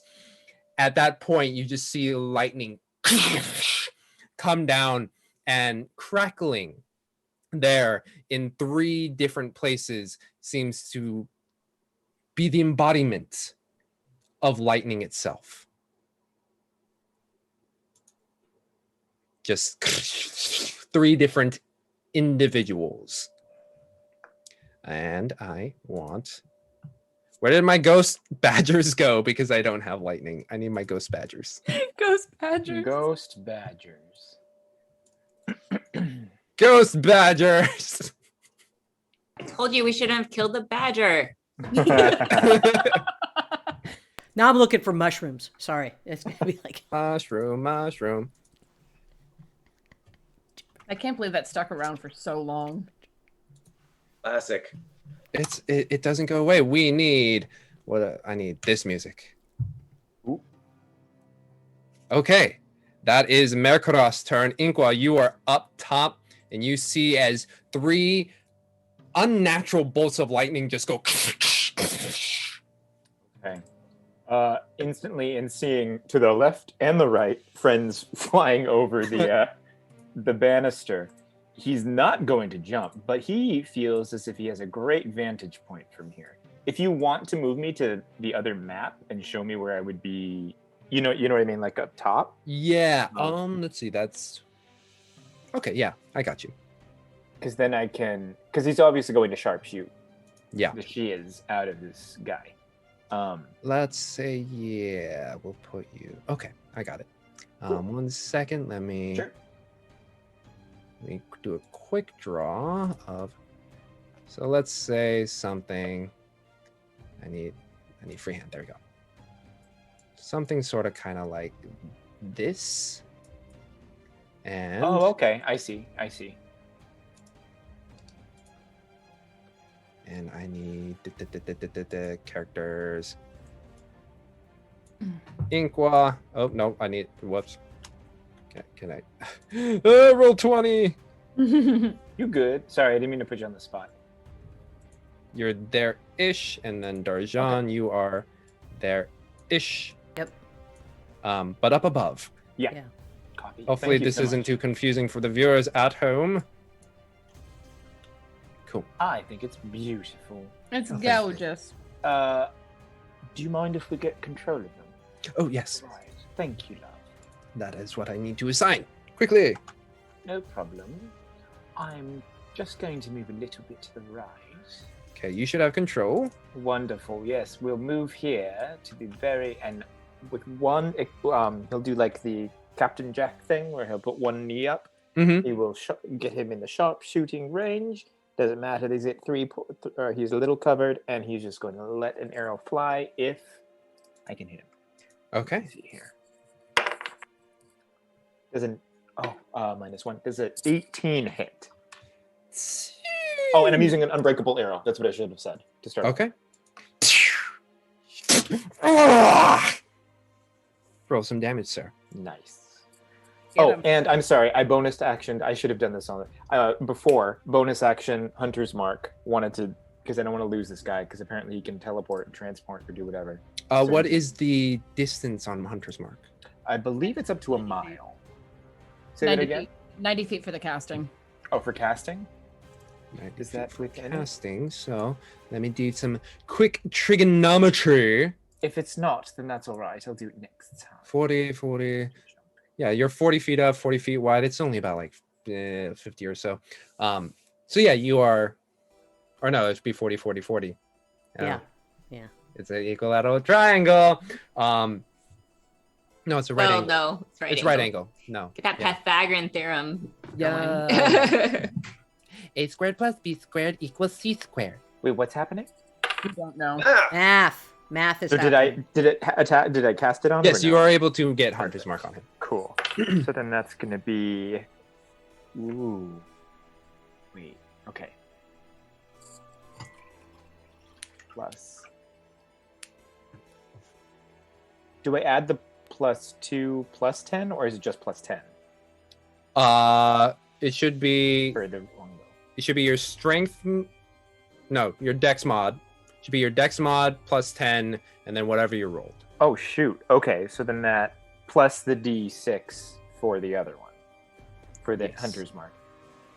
Okay. This is 10 Mm-hmm. plus 2, 12, plus 6, 20, plus 7 is what I rolled, which is 27 damage. No, I think that's 20 25. 25. Because it was 12 plus 27. 6. 27. No, I'm just kidding. 12 plus 25 damage. Thank you. Yeah, 25 damage. 25 damage. Oh God, we are hurting this guy. Yes. Oh, fucking hell. Tim, you're up. All right. Do I think I can zip through the shock badgers without getting attacks of opportunity? Is there enough space? You can move 30 feet. I don't think there's enough space. I'm going to move a little more than 30 feet, and it's going to be completely natural. It won't require some gestures or words. But Try that on someone Try that on someone a little less perceptive, friend. Yeah. Yeah, magic is happening, so I'm going to move 60 feet. What are you casting? Expeditious retreat. Okay, that's a bonus action, right? Yeah. Okay, and that adds, or that allows you to do an action as a dash, right? Or bonus action as a dash. Yeah, except on this turn it happens automatically, so I get the dash. Okay. Show me how you plan on moving to avoid the badgers. Where is the... And for our podcast listeners, these are the embodiment of lightning, but right now I do not have embodiment of lightning, so I will have badgers on the map. Is it... That... Well, I was almost wondering if I... no, that's kind of cutting it close right there. You'd have to come around this way, I think, in order to not... You think that's enough? But do you think I could... No, not this... No, I don't think that's far enough, because at least for... That one will tag me? Yeah, okay. Yeah. That's a shame. At least the one on the right would tag you. Yeah, okay, then I'll take the path that Tiana said. Is that okay?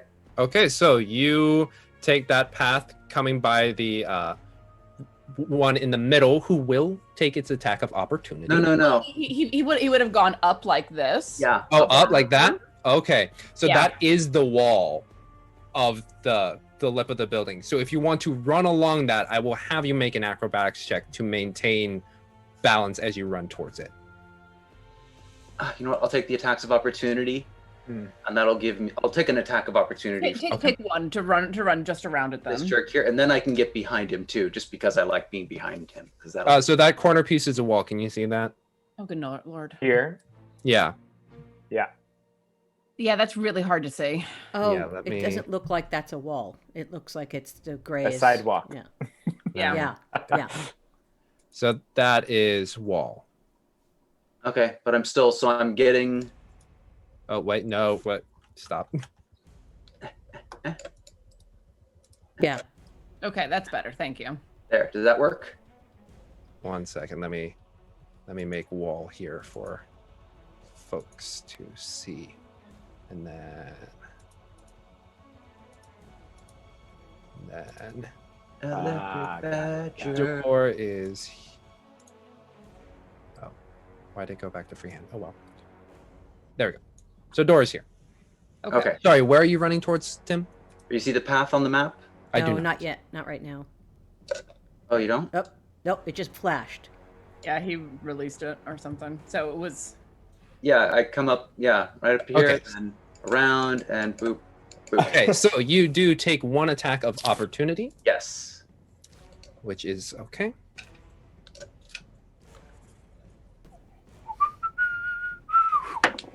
Don't forget the Bane. Oh, not that's on him, not the Badger. Yep. Sorry. All right, so Right. that is 17 plus 7. That will be 24. That might hit. That might hit. That's So a as- lot of dice. Remember, As for you Tim run is made of by- lightning now. Very, very frightening me. Oh, that's not bad. That is 11 plus 4, 15 lightning damage as it just goes slaps Wait, you. is as it you walk less around. because Tim is lightning now? Sure, it's less. He is blessed by. He's received a charm, but not been blessed, if you will. Well, you also see him. Let me see. Is this? This is somatic. You see him do a gesture, and he takes half that much damage. Okay, undercover wizard. Yep. So for me as DM, I need to know what you're also casting. Okay, absorb elements, Absorb and it'll elements. come into play because Is that reaction? that's a reaction. Okay. Cool. So that's Alright. going to be 8 damage then. 7. Uh, Round down. That's rounded down. Round down. Oh, then I'm golden. And then I would like to make an attack on this guy. All right, make an attack. Kill him. I can land a hit. Okay. Will a 22 hit him? 22 hits. Thank goodness. Like, I think I've swung at this guy 4 times so far.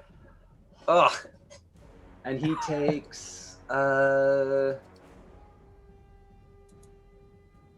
7 longsword damage and 3 lightning damage, which I think he might soak.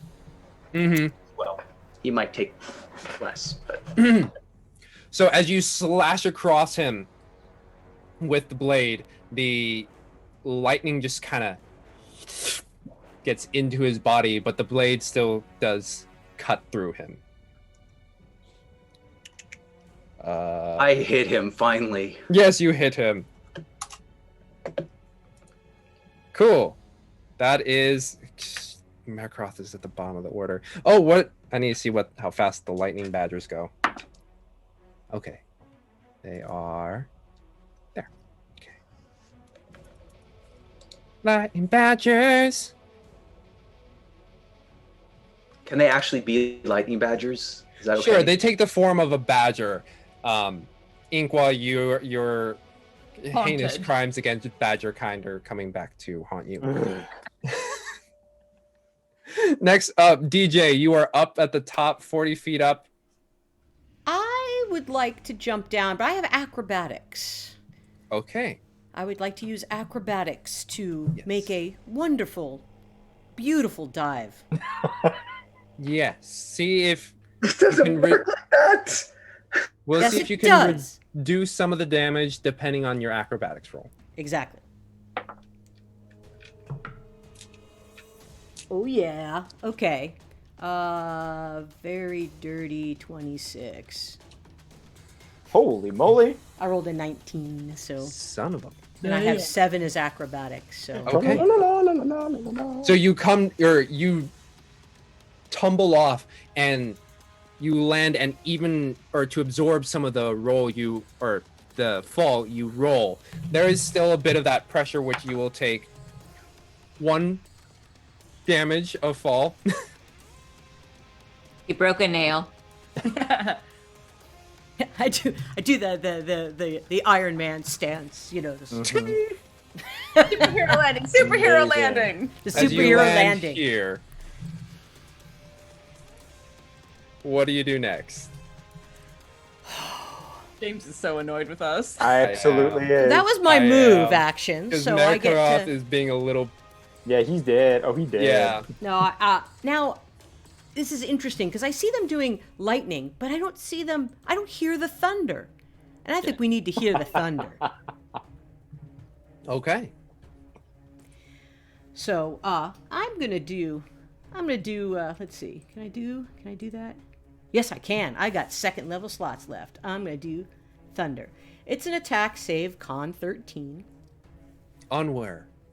Let's see, a 15-foot cube. And it originates on you, doesn't it? Yes. So let's see, 5, 10, 15, but I can be at the corner of the cube, right? Yeah.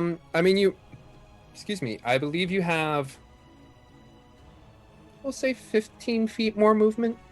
Yeah, There you go. yeah. So if you want to move elsewhere to position yourself, Yeah. I think you could hit at most one of the lightning badgers. If I'm here, let's see. If I'm here, 2, 3, 1, 2, 3. These are 5, right? So it's Yeah. 3 by. It would be a 3x3 cube. I keep thinking it's 3 by 5 because 15. Okay. Let's do this. Let's do this one's closest to my friends. So I hear 1, 2, 3. I can get this guy here. Yes. Okay. All right. So Constitution saving throw, yes? Yes. Oh, that's a 5 plus a 4 though, but that is 9. Okay. Let's see. So, 13 is the con you needed. Mm-hmm. So I get to do 3d8, and it's pushed 10 feet. Okay. Because there weren't enough shock badgers close to me. So that is 16. 16. Yes. All right. While you've been hearing the lightning as it goes, DJ, you've been missing some of that clap, Thunder. some of the thunder, and you all hear a as you see it get pushed back 10 feet this way. Yes. All right. Okay. Next up is Isolt. All right. Shaking myself off a little bit because that landing did actually hurt. I'm going to step forward a little bit and reach down into my side holster, sheath, whatever you want to call it, and pull out a javelin Okay. and throw it at him. It's a 30-foot range, so Okay. I move up 5 feet in order. Whoops! I moved up 5 feet in order to throw it. All at right. Don't hit him. Don't jinx me, man. I was gonna say I'm behind him. She can't possibly, and then I'm like, ooh, not gonna risk I that. don't. Well, I rolled a base 19, so that is 26 to hit Okay. because I'm strong. That's 9 damage. Oof.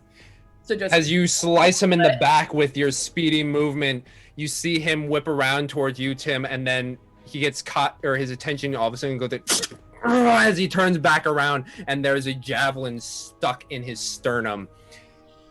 Oh, buddy.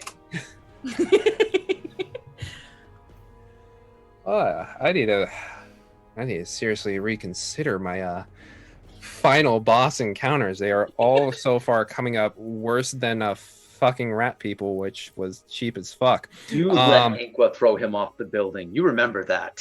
Yeah. and then we did kind of allow the falling with a sword, although it does make sense. But this still, the guy's not dead yet, so let's all be. Yeah. Yeah. I'm wary of those badgers. Yeah. Yeah. Badger. Moles! Next up is Clive. He looks to you, Winley, hearing the sounds coming from the door.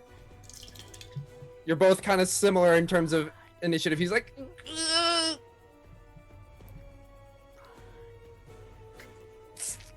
Tries to scuttle past you as he starts going down the stairs, and you can see him get down to the base level. Good job, Clive. Just keep going. Next up, lightning badgers. Aren't I right after him? No, they rolled in between. Oh, they have their own initiative. Got it. Yeah. We all thought that the jokes today were going to be lightning and thunder and electricity, and instead it's fucking badgers. You watch as this one on the far left here opens its mouth. Lightning begins to crackle. Aiming towards you, Isolde. Roll a dexterity saving throw for me, please. Okay. Ooh, that is a 19. My turn. 19. Okay. And I need... Shoot, I have something to say after. Right. That is 11, 13, 14, 15, 16, 17, 18. 18 lightning damage reduced to half. Okay, I have the Shield Master feat. Mhm. And if you aren't incapacitated, you add your shield's AC bonus to any dex saving throw you make against effects that target only you. And if an effect allows half damage on success, you can use your reaction to take no damage. Okay. So it's very specific evasion. So you slam your shield down as you... It technically... It does go in a line. But it was only targeting me as far as I'm aware. I'll allow it. So it comes down in a line and you slam your shield down as it just... You watch as the lightning just arcs around Isil, just going... Splitting off into a Y, colliding with the building behind and making some of the rubble just like... come falling down. Sweet. Yeah. I run into that all the time, but it's because I have cats. I bit off a bit of my Invisalign. Oh. Oh no! Cool. This is how much we provoke James. He damages his own dental equipment. Hey guys, we're now crowdfunding for James's new Invisalign, so follow our Patreon and no, what is it? GoFundMe is the GoFundMe. Follow me. The health insurance. Follow my OnlyFans later, guys. I'm really trying to get my Invisalign back up. So this one here sees or the one that got pushed back by Darjan has a vengeance for a similar thing, is going to shoot some lightning out at you. Could you roll me a dexterity saving throw for me, please? And that's, I do the dex bonus, right, for that? Yes. Yeah, so it should be your with saving throw. Yeah, saving throw. Yep. So that's 15. 15. Remind me, if you meet it, you beat it. If you meet it, you beat it. Okay. You are able to get out of the way enough where the lightning just kind of crackles. Some of the leftover discharge does tickle you. My hair goes up and... How many ones did you just roll? 6. That is 11. So reduced to half. So that's 5 lightning damage. And this bear on the end here. Huh. Yeah. Let's do that. Is going to... What is this one going to do? That's advantageous. 1, 2, 3, 4. It's going to try and shoot both of you in a line. Okay. Another dexterity saving throw, please. Nat 20. At 20. Okay, I got 16. 16. So you both make it. So that is 11 plus 8. So that is 19 reduced to half. So that's 9 extra lightning damage. Okay. Dang. And these two are going to come in here in a more defensive position around Merkurath for their movement. Okay, that is lightning badgers. Next up is Whitley. Okay, Winley has been hearing a lot of commotion behind this door. So she's just going to take a breath. And then she'll kind of try to open the door and charge into the room. Hopefully it's unlocked. You open the door, you are meted by rain as you are now on the rooftop, and you just see 3 entities of lightning just kind of crackling in front. She goes, badgers. Okay. But she's slightly like shook by that. She didn't expect to see that. But because he's kind of right in front of her, he locks eyes with our bad dude here. And she's going to cast Hold the Dead. All right. That is a wisdom saving throw with the Bane. Oof. That is a negative number. Awesome. So, oh, dang it. Did you roll a 1? So, yes, I did. I rolled a 1. So I hate it when D12s roll a 1. Oh, I even got to roll a D12 for that. So I little dinged him a little bit. It was like one of those like hotel bells. So it was like mini.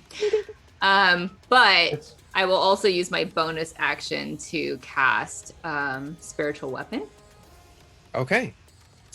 And I'm going to cast one of those broken off masts on the ships, like the one that kills Ursula at the end of Little Mermaid. Just like, because he caused so many shipwrecks, he should be attacked by one of those. Okay. And okay. Oh no. I don't suppose an 11 will hit. Did you cast right in front of Merkurath, or sorry, where did you cast? Yeah, right in front of him. Okay, so just move. We'll draw that. Boost that at all? So as this one comes in, I don't think even a full D6 would do it.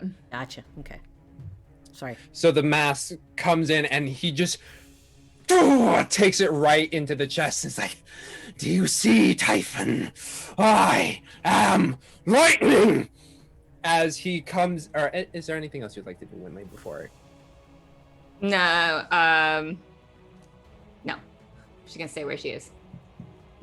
And you watch as the storm clouds above begin to roil up into a dark black gray mass, and then you see the crackling energy of as more lightning crashes down right here. I would like both Isolt and Winley to make dexterity saving throws. Come on, that's cocked. Ooh. Okay. Uh-oh. That will only be an 11. All right, so 16. 16. I believe 16 makes it. Is it plus? Yeah, that is a DC 15, so you make it. Okay. But is that a 10 or a 1? That's a 10. Okay. So that is 18, 19 lightning damage, reduced to half for you. Isolt 9. Okay. Winley, out of nowhere, a lightning bolt just crashes down and just runs through your body. Can he do anything else? Actions? Nope. Nope. Okay. Yes. Ow. Tim, make me a wisdom saving throw for me. Wisdom. Oh, maybe. I think I got a 15. 15. You just hear Alcandra's voice slip into your mind. You're just like, come on, Tilla. I'm already trying. As you say that, you are able to hold him off for now. But that is Merkurath's turn. Inqua, you are up.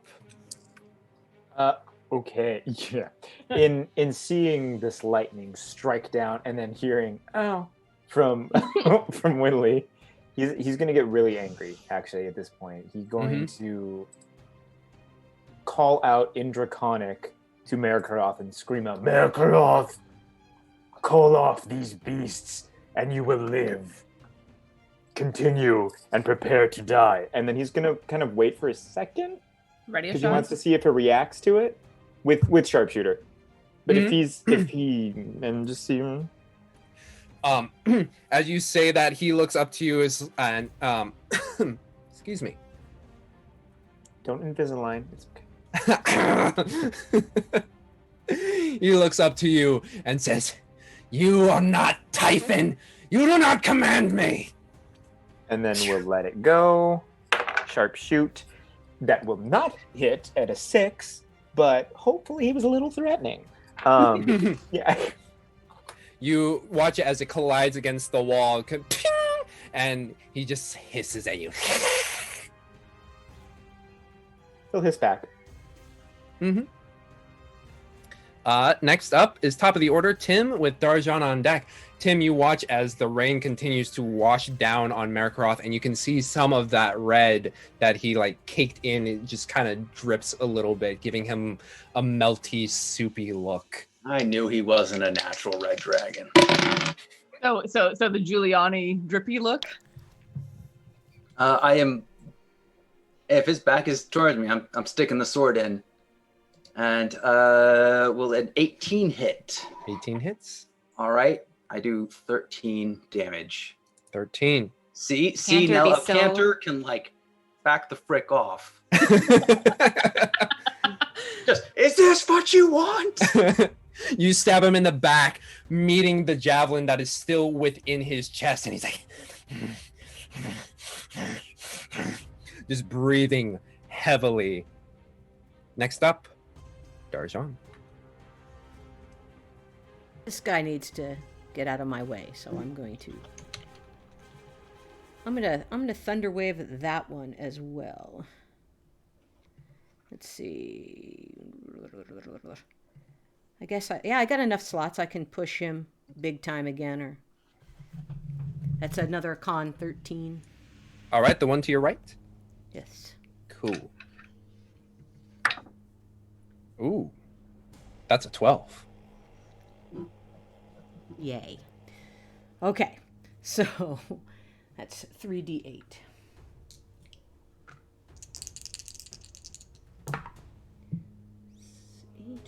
What's 14, 15, 16, 17, 18. As another one is just pushed back 10 feet. It's an interesting battle to hear the lightning coming down and the thunder coming from Darjan, where you are basically on this rooftop within a storm itself. Anything else, Darjan? Yeah, I did my move. I did that. You You don't have any move left? You only moved about 10 Oh, feet? that's true. I'm gonna move back. Wish I could get around a corner. Oh, good. But I also have, let's see, I can, as a bonus action, give somebody an inspiration die. And I was thinking that, Anyone who can attack next. within 60 feet. is- Give it to Izzy. Yes. Exactly. You get an inspiration die, a d6. Cool. I am down to 19 hit points, I say to the healer. All right. Looking a bit bloodied. Perhaps Oh. this is the term I should use. Yes. Well, that's, Tim feels a little neglected here. Like, I'm not running through lightning badgers. So anyway, that I think that's it, because that's the thing I can do as a bonus action. Okay. That is Darjan. Isolt, you're up. All right. I'm going to like eyeball where this guy is and throw another javelin at him. Throw another jav. 18 to hit. 18 hits. Fantastic. Sorry, I'm having to do this on my... Huh? you make him fall over? I'm working on it, buddy. 11 max 11 damage. You watch as this one flies through the air, meeting where Tim's sword is in the chest, another javelin in its side, another one.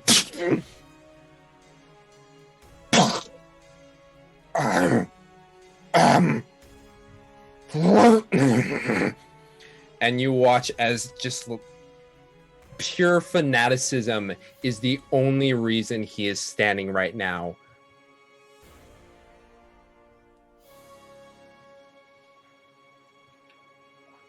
Okay.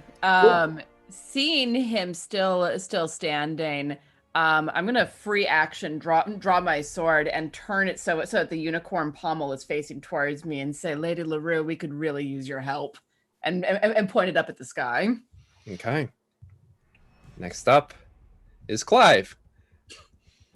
Oh, Clive. Go, Clive, go. Go, Clive, go! You know what's funny? If Clive had joined the fight, Clive would probably have the killing blow here. Which is pretty great.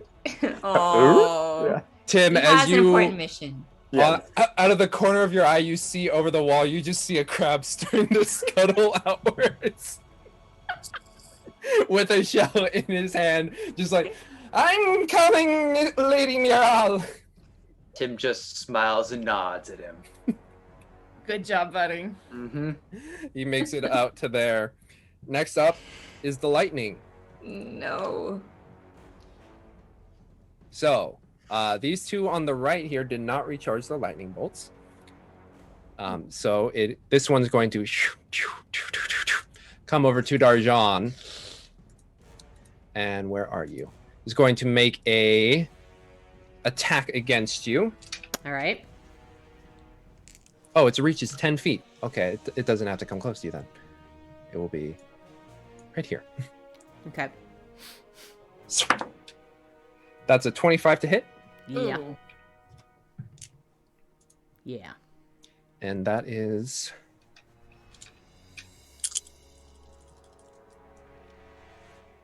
That will be 10 plus 4, 14 lightning damage as it lashes out. Okay. And it's going to take a second attack. Oh, jeez. Okay, guys. 18 to hit. Yeah. Oh, 11? I'm. Oh. Bards are squishing.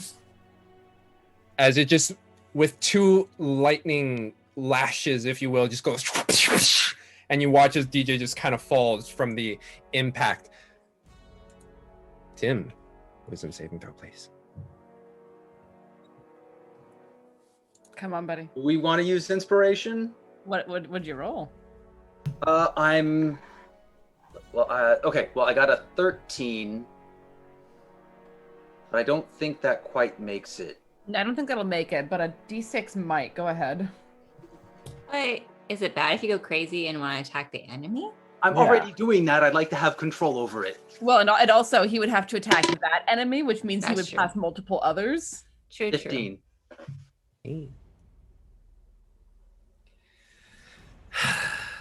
Tiller, I thought you cared about your friends. What do you think I'm doing? Shut up. And I'm stabbing this guy in the back. You are able to hold him off. But it's pretty clear the next attack. Okay, no. We're trying, man. So that was that one. Decapitation. This one is 1, 2, 3, 4. It's going to make 2 attacks against you, Winley.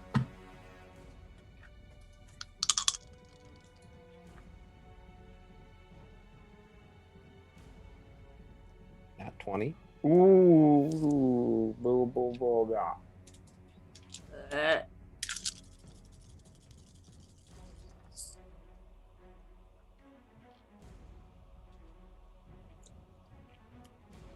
Uh,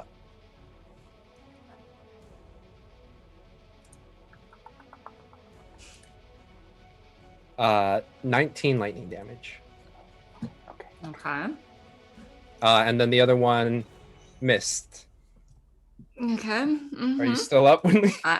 Barely. Yep. Okay. Okay.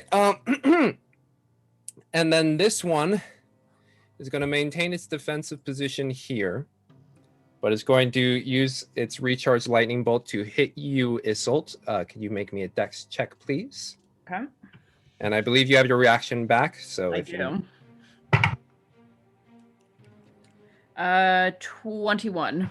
21 makes it. Do you use your reaction? I do use my reaction to And this time, instead of splitting it because Winley's to your side, you angle it so that way you take the brunt of it, and then you watch as it go. For Oh, viewers no. at home, Clive sees it's like and continues to scuttle. As Oh, it I was goes worried it was right going to be above. Clive. Oh, it's like, I'm almost there. No. Okay, that is the lightning. Winley, you're up. Okay. Kill him. I don't know if I should chance it. I might have to let someone Oh. else kill him. I am going to first cast. I gotta cast Cure Wounds on myself. Hopefully, I can do that. Yeah. And But you do still have spiritual weapon up, and it is still up near him, so you can. I know, but I kind of want to also revive Darjan, so we'll just see. So I'm gonna do. You can't cast 2 spells in a turn. That's true. That is true. Keep yourself sorry, up. And... Yeah, sorry, DJ. If I go on, I can't heal anybody else. So Yep. Okay, so I'm going to do that. Wait, but I can still use spiritual weapon because it's already cast. Exactly. Cool. Yeah, and it's a bonus action just to slash with it. Yeah. So let me do that. I'm just going to do it at first level because it's not really going to make too much of a difference. A lady Cyto rated. Woo! Pew pew pew! Pew, pew, pew. Oh, hello. Good to see you, friend. Welcome. They are Okay. fighting. Excuse me, a custom-made blue dragonborn who wants to be red dragonborn. Yeah. In the rain, they're making their own lightning and thunder, so it's like they're in a lightning storm. Yes. Okay. So I heal 10 hit points, and then I will use my bonus action to take another jab with my spiritual weapon. Okay. Come on. Oh gosh, that's only a 12, so I don't think I'm gonna hit, and I don't think inspiration's gonna help that much. You'd have to, Okay. Yeah, you'd have to roll at least a 5 or a 6. So you come swinging down, and he just kind of moves out of the way, and it is his turn. Wildly. He turns to the pest that has been harrying him behind. Lightning coalesces in his hand, and he's going to do a point-blank lightning bolt into your stomach. Tim, can you do me a dexterity saving throw, please? 17. 17 makes it. Okay. So that I is could have used that roll for an attack, though. 1, 2, 3, 4, 5, 6, 7, 8.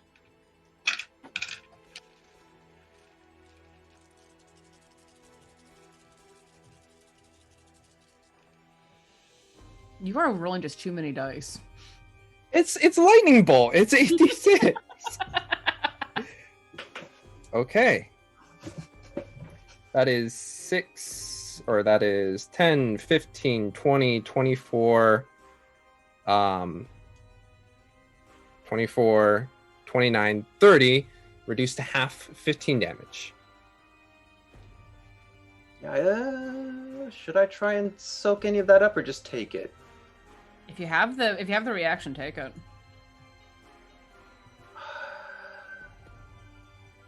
Because what else are you going to use the reaction for this turn? Right. Yeah, but it's the spell slot that I'm not sure if I want to give up. I think I'm just going to take it. Okay.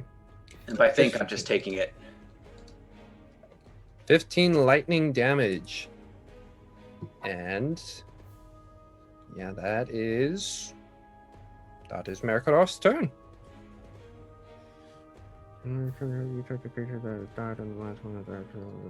Okay. That ends Merkurath's turn. Inqua, you're up. How badly hurt does he look? He looks mutilated. Get him. It is simply his. Aim for the head. Yeah, then he's not even gonna have. He won't even sharpshoot. He's just gonna attack with his longbow. He's gonna. Mhm. Yeah. You could say his relentless fervor is what is keeping him. Ah. Nice. So that is a 16 plus 6. What is math? 22 to hit. 22 hits. And You don't then- even need to roll damage. Love it. Claim So your then kill. he'll look, he wants to maintain eye contact with him. And he wants him to know, like, you know, Ink was the one that's going to be doing this. He's going to look him just up and down and then just kind of smile a little bit. His eyes are going to flash blue, like a dark blue. And then he's just going to let it go. And he's going to yell out, or hiss back to him, pest, in Draconic. As he lets the arrow fly. Tim, you already see your blade in him. You see 2 javelins sticking out. And then an arrow meets your gaze. Merkurath is looking upwards. Looks to the sky. Sees no lightning and just falls down. You watch as these lightning badgers fizzle out. I was DJ hoping that was the case. That's Sage. why I was focusing on him. Yeah. Are you guys okay down there? Darshan! All right. As soon as we're clear of the battle, I'm going to run. I'm going to sheathe my sword, run over, and lay hands on Darjan for 20 points. Would rolling a natural 1 possibly bring death to Darjan? Or is that just 2 fails? That's 2 fails. 2 fails. Okay. You make it there in time then. All right, so both hands on Darjan and do lay on hands as this warm light blue light covers my hands. 20 points of healing, dear. That works. Bloody well hope so. I don't have anything else. All right, so my current hit points are 20. And while that's occurring, Ink will Why did it rush give me as 21? quickly as he can. It does that sometimes. It like does that weird Yeah. adding of an extra Mhm. hit point. But yeah, Ink will run down as quickly as possible to see his friends. Yes, you run down to find Isolde leaning over Darjan, as well as Tim. Winley is currently near the door where you bust through. Is everything okay? Winley, are you okay? I heard you scream, and then I saw Darjan go down, and I've been better, but great shot, Inkwa. well, I think we'd have to, as he points to the 2 javelins and swords sticking out, I think we all did a really good job on this one, on this religious zealot crazy. Yeah. Trick Boogaloo. Someone check on Clive. Well, I told him to run back to the cave.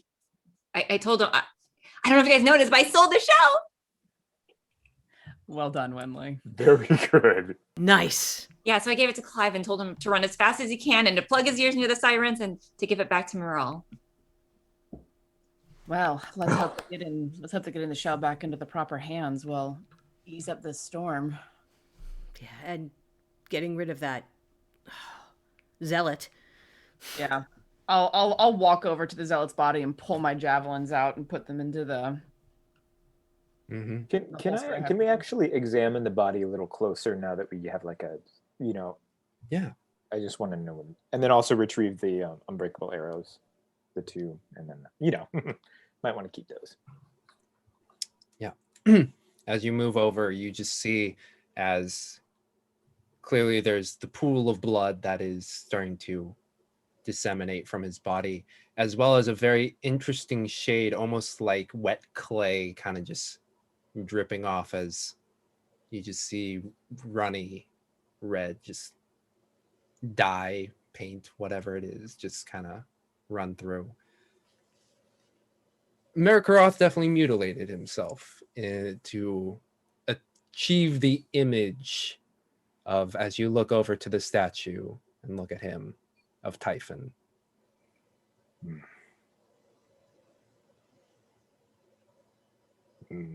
This is more sad than anything. Anything taken to the point of fanaticism is cause for grief.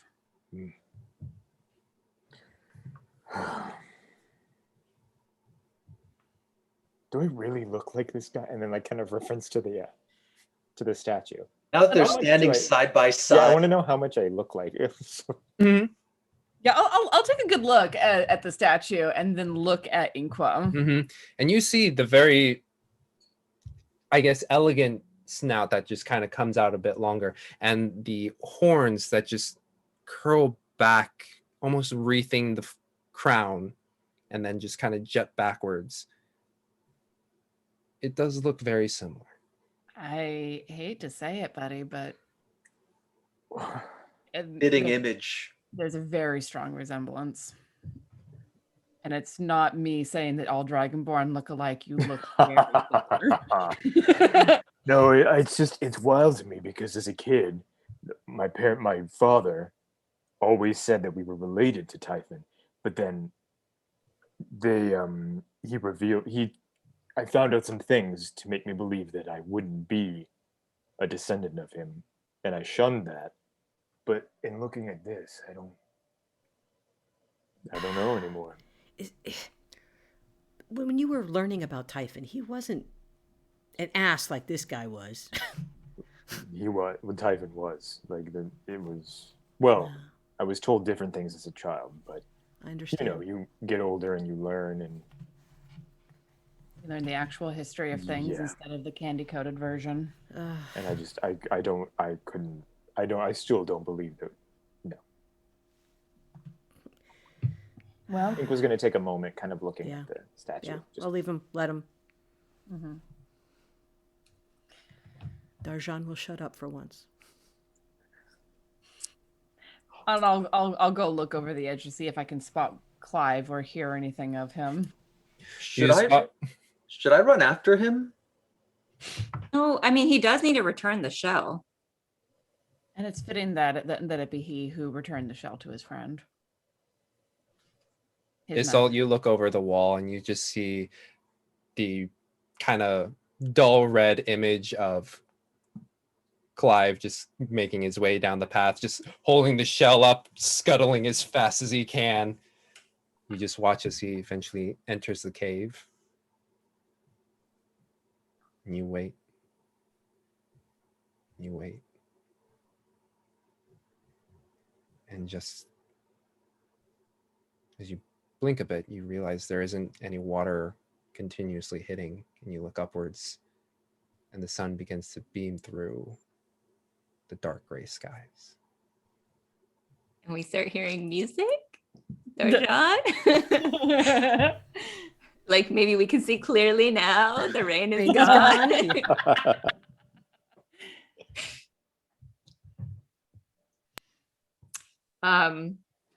Winley, just in case we encounter anything, she's going to use her last second level spell slot to cast Cure Wounds on herself again. Just get a little bit more.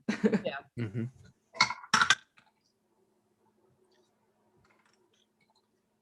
Okay. 8 more points. 8 more points. Just imagining that Tim pulls Darjan aside and says, "Here, let's loot this place now. It'll make you feel better. Let's completely ransack it." We do need to check out and make sure that there's nothing else around. Yeah. Yeah. Mm-hmm. As you two go into the tower, Ink, while you stare up at this statue, just kind of contemplating for a moment. And all you hear is a whisper come into your brain. Well done, Sheridan.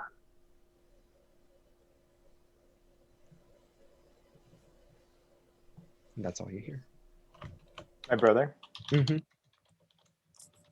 a deal's a deal. Mentally back to whatever this ether is. Mm-hmm. Show us the dragon. In time. Celebrate. You've done well.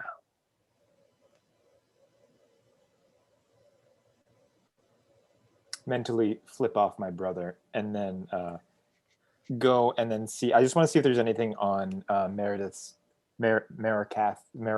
What the heck is his name? Merkurath. Merkurath's person, like loot the body.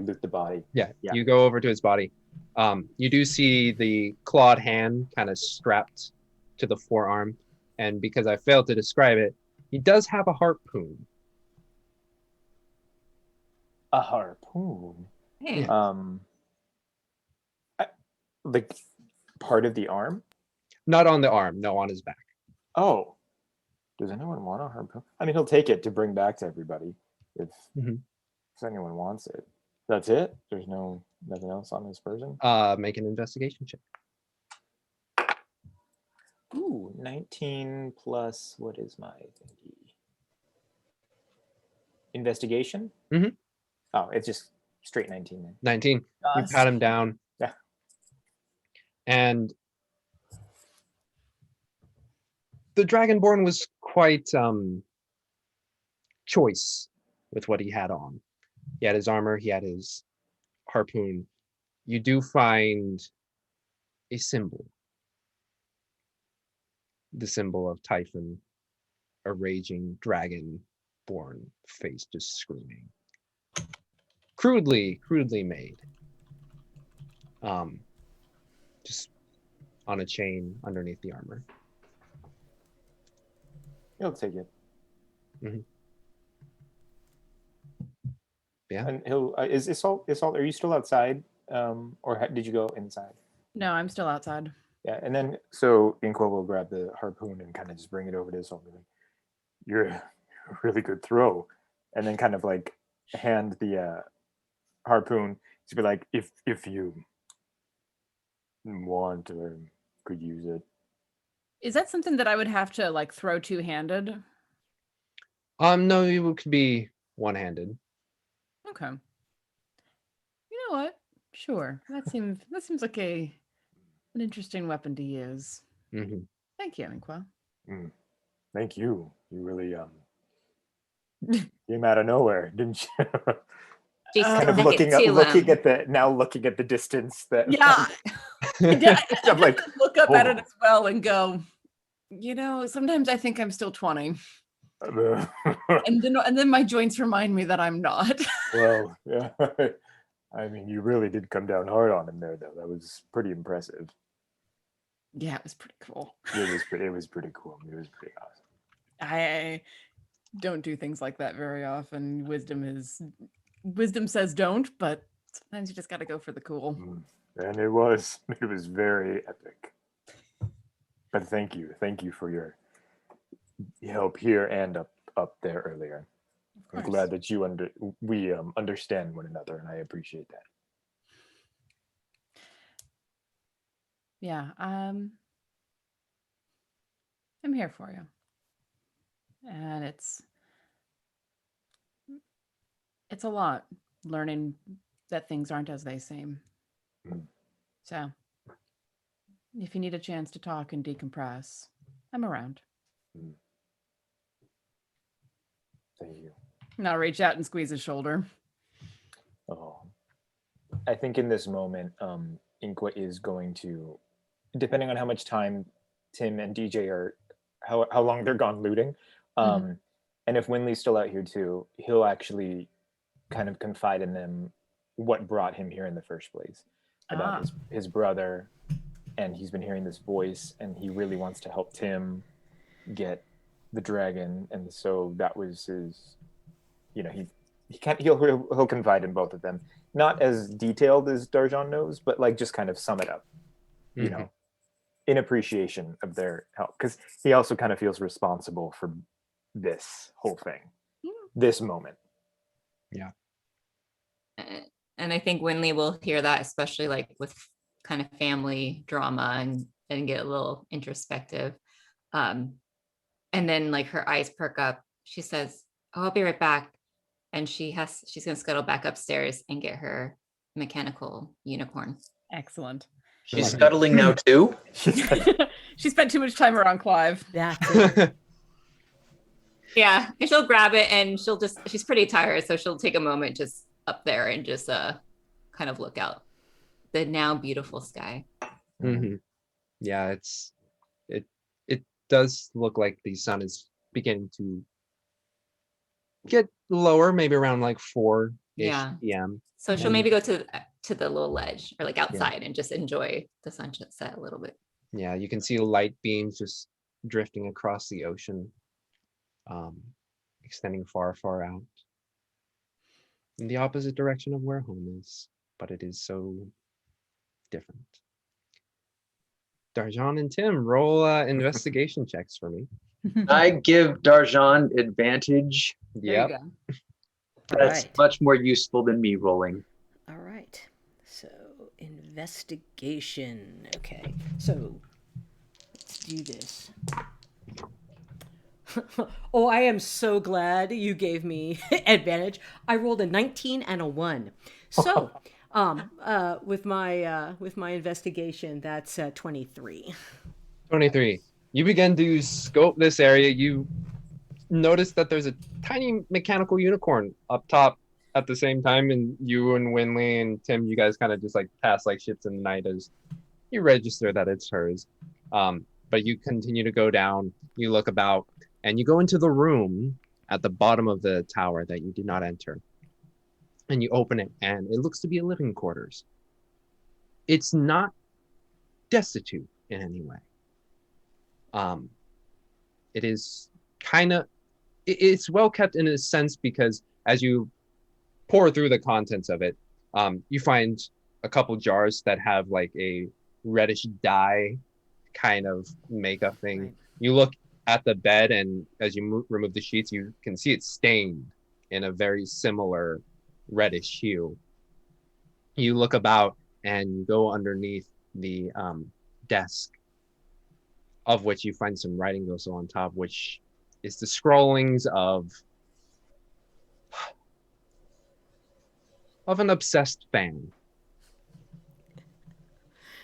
Oh. Writing the praises of Typhon, Fan basically service. chronicling of all the ships he's destroyed in the time. And after you're done perusing that, you look down, you open up the desk drawer, you find that there's a false bottom in one, and you find a bag with some gems. 4 of them. You don't know the price content of them, unless you have a jeweler's kit. But compared to the gems that you got from the dwarves way back when, these look significantly better cut and larger. All right. Good. All right. So 4 nice gems. That's I'm a little Not worth it. confused though. Sorry? Like you went through all the work of like Typhon wants pillaging all those destroyed ships. Where is That's where everything? we have to go. Remember, we have to go and route the ships. That's where the treasure is. And Yeah. the shark. We can electrocute a shark.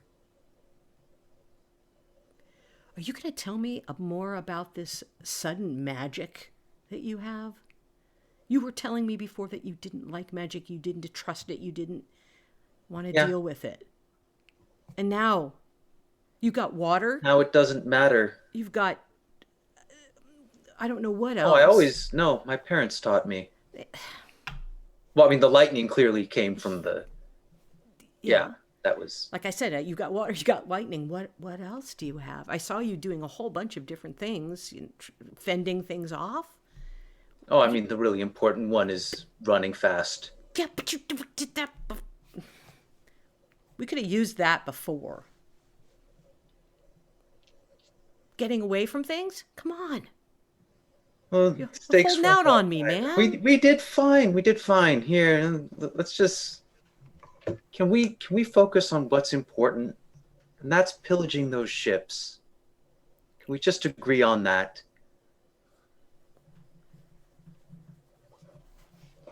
We can agree. I got your back. We'll go back and see everybody else. Sounds good. All right. Do we tell them about the jewels? I mean, I don't know. Is there any are any of them LaRue colored? Oh, God, I wish there was one more. Maybe we can find another one, and then we can all have one. Roll a d20 for me, Tim. I mean, we could always break some of them into smaller pieces, but 13. 13. There is one that has a bit of a pinkish hue with a bit of sparkles within. Okay, so we can pocket these 3, and then we can show the rest of them. Well, look what we found. But this, I don't know. Okay. Okay. Eventually, you all reconvene in the foyer, the main room that you first entered in. You two were gone for a while. Trying to look for what else we could find here. This guy's been living here for a while. Seeing if Anything, there was any more traps. Seeing if there was any more things in here. anything interesting? There's one thing. Do you want to show? Oh, I'm assuming they're on you. Oh yes, I'll bring out the rue stone.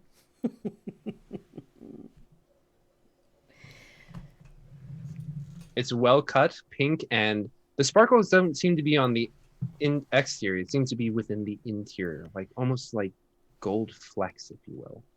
Well, for everything, Winley. Really? And she'll grab it. Is that okay, Isolde? Certainly. All right. And she's gonna hold it up into the light and like examine it, like she knows what she's doing. Like, yes. It looked like it would complement some of your outfits. Thank you. And then she's looking at it a little bit more, and then a memory flashes in her head, and she kind of just slowly puts it in her bag. Not the reaction we were looking for. Well, I guess we're gonna have to go pillage those ships down there. Yeah. Find something better. Yeah, let's so we didn't find much in here, but there's all those ships out there. Now we heard about there was a shark, but we got this. Well, let's check on Clive. No, he's And Moral. Yeah. I mean, he was the one that was going to get the treasure for you guys, remember? He was gonna get some of it. Yeah.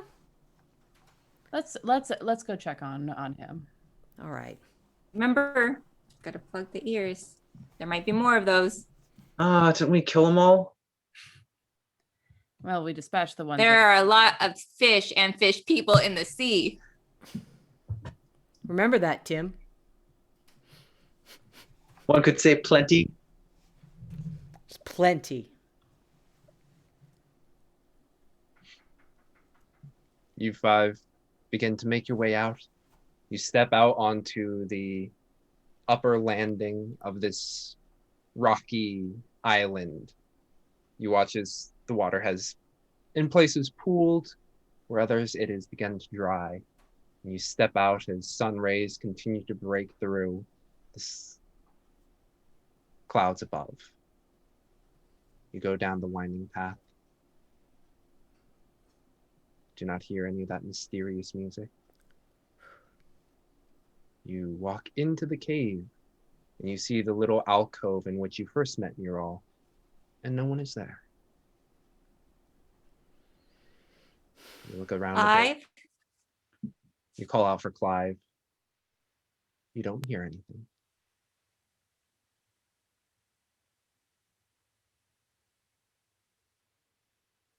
Do we have enough light to see if there's a seashell or anything around where we last saw? You Yes. look over, and they're standing on a almost altar, if you will, a rock that has not been shaped in any way, but stands functionally. A shell. Even in the low light, has a bit of a glisten to it. I think Winley's gonna try to run to the mouth of the cave, like towards the beach, and just shout again, Clive! You run out and you see back to you, a little ways down, just Clive kind of looking down at the sand. She'll run up to him. You run out and Clive is just kind of shuffling away some sand and hears you coming by and turns around, and if crabs could cry, he was doing so. But Lady Whitley, it is good to see that you are well. Were you able to give Moral her shell? Yes.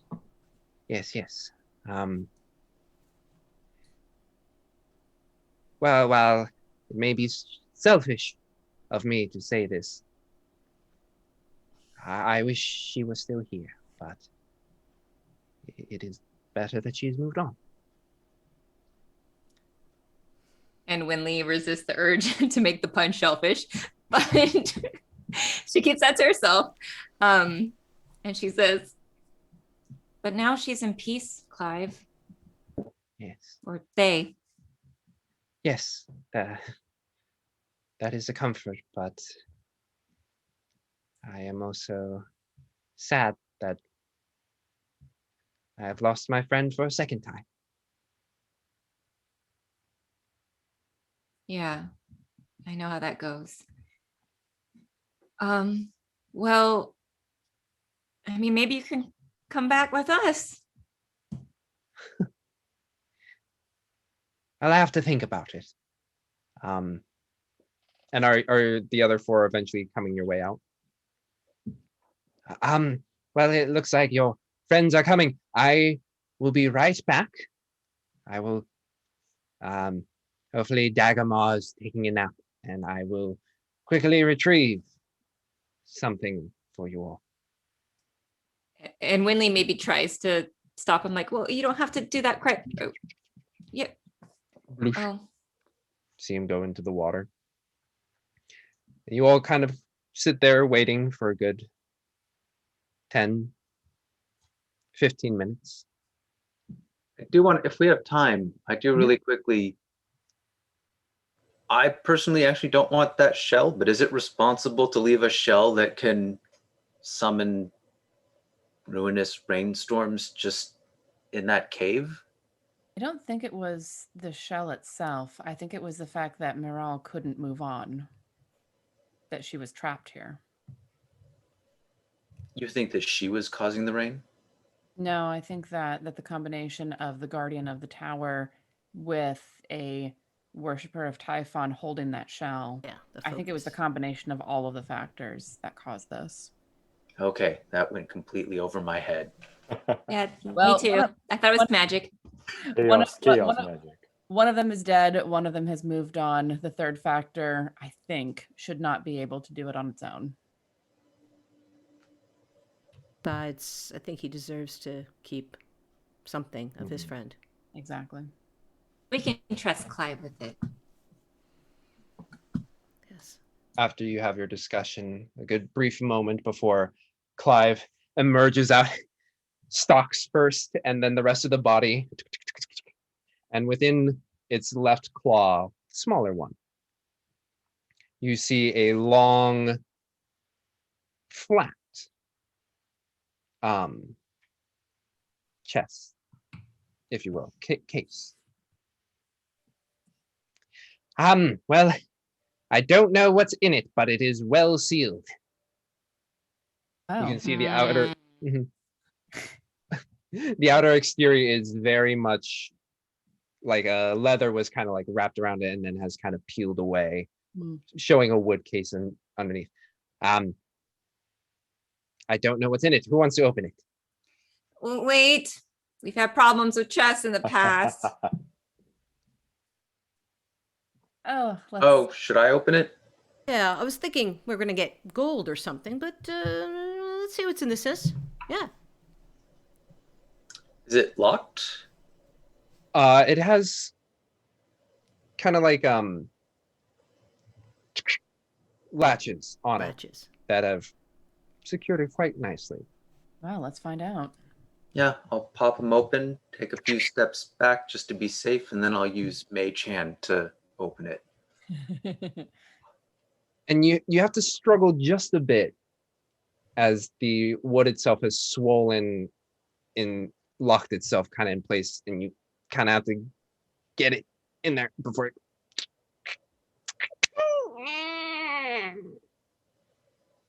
And within it, you see a bow of black wood. We don't have any monks in this party. Ugh. It's an unstrung bow, Tim. An unstrung bow of black wood.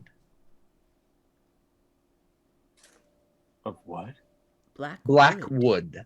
Ooh, pretty. That looks like something Inqua could use. I mean, I don't want to. I mean, we all did such a great job there. Right? It's yours. We all agree. Yeah. Okay. Just We could- make sure it's not cursed. Yes. Best in your hands, as long as it isn't cursed. So, Okay. Well, thank you, everyone. yeah. No, Clive, was this the only thing you could find down there, or? Well, Dagomar was not napping, so I understand. I took a quick escape. Well, thank you. I'm glad that you made it out safely. Yes, appreciate it. Certainly. Yes. Thank you, Clive. This is very, very generous and very kind of you. Do we have enough time to get back to the town before nightfall? If you left now, yeah. All right. I Well, think we need a rest. At least I know I do. I mean, we could sleep at the lighthouse and then try and pillage the ships in the morning. That's an option too. Just throwing it out there. it's an option, but trying to do anything deep underwater is incredibly dangerous, even without a shark. Agreed. Okay. We will leave sunken treasure behind. But we know All right. where it is. If you come across a ring or a potion that makes it so you can breathe water.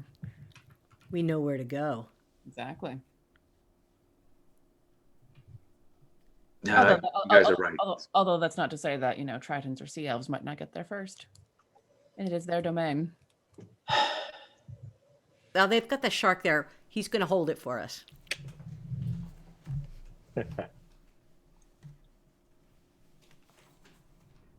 Yay! Oh, hey, Total Party Chill, welcome. TPC, good to see Here- you guys. Here I was ready to wrap, but I know. is there anything else y'all want to do? I was gonna say, you want to rap? We're going to go rap. I think we're just getting on the horses and heading back to Leyland. To the sunset. Yeah. Yeah, Mhm. yeah. That sounds... Do you want to thank Clive though? Clive Yes. is the fit. Yeah. Make sure Crab. he doesn't want to come with us. Yeah. Right, make sure he... Wait. Well, Does he he? seems like he wasn't really wanting to come with us. Or really, Right. let's check if he wants to come with us or Mhm. not. So you ask Clive, and he looks down. Well, I mean, I've always lived here, and I don't know what else there is to do. Well, if you were here, you could help other adventurers who came this way. That is Or- true.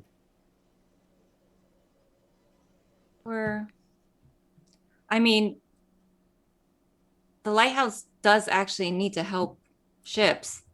So you could be the lighthouse captain? Keeper? Yeah. Huh. To keep other ships from being wrecked on the rocks.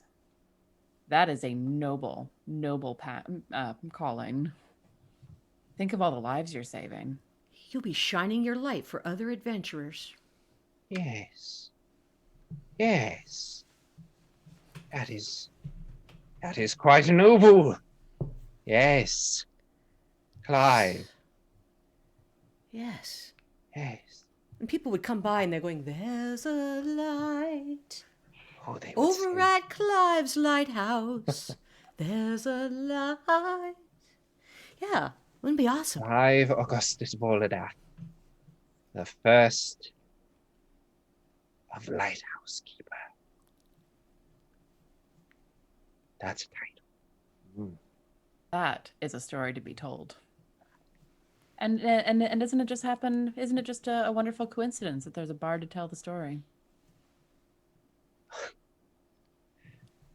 Sing tales of me then, bard, of how I have saved ships, how a crowd has manned this lighthouse. Very well. I can hear it now. I shall tend to this place. Excellent. We leave it in your capable claws.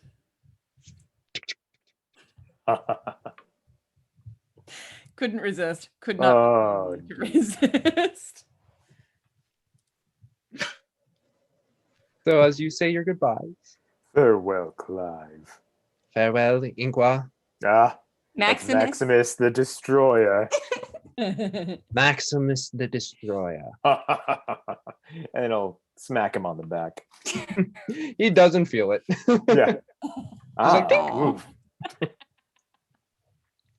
Well, safe travels, everyone. Sally. I forgot the rest of your names already. Yeah, you take the fake names. That's, I think. Augusta. Yes. Yes. Sally. And I forget your name that I have bestowed upon you. You can call me by my actual name, Assault. Or Godslayer.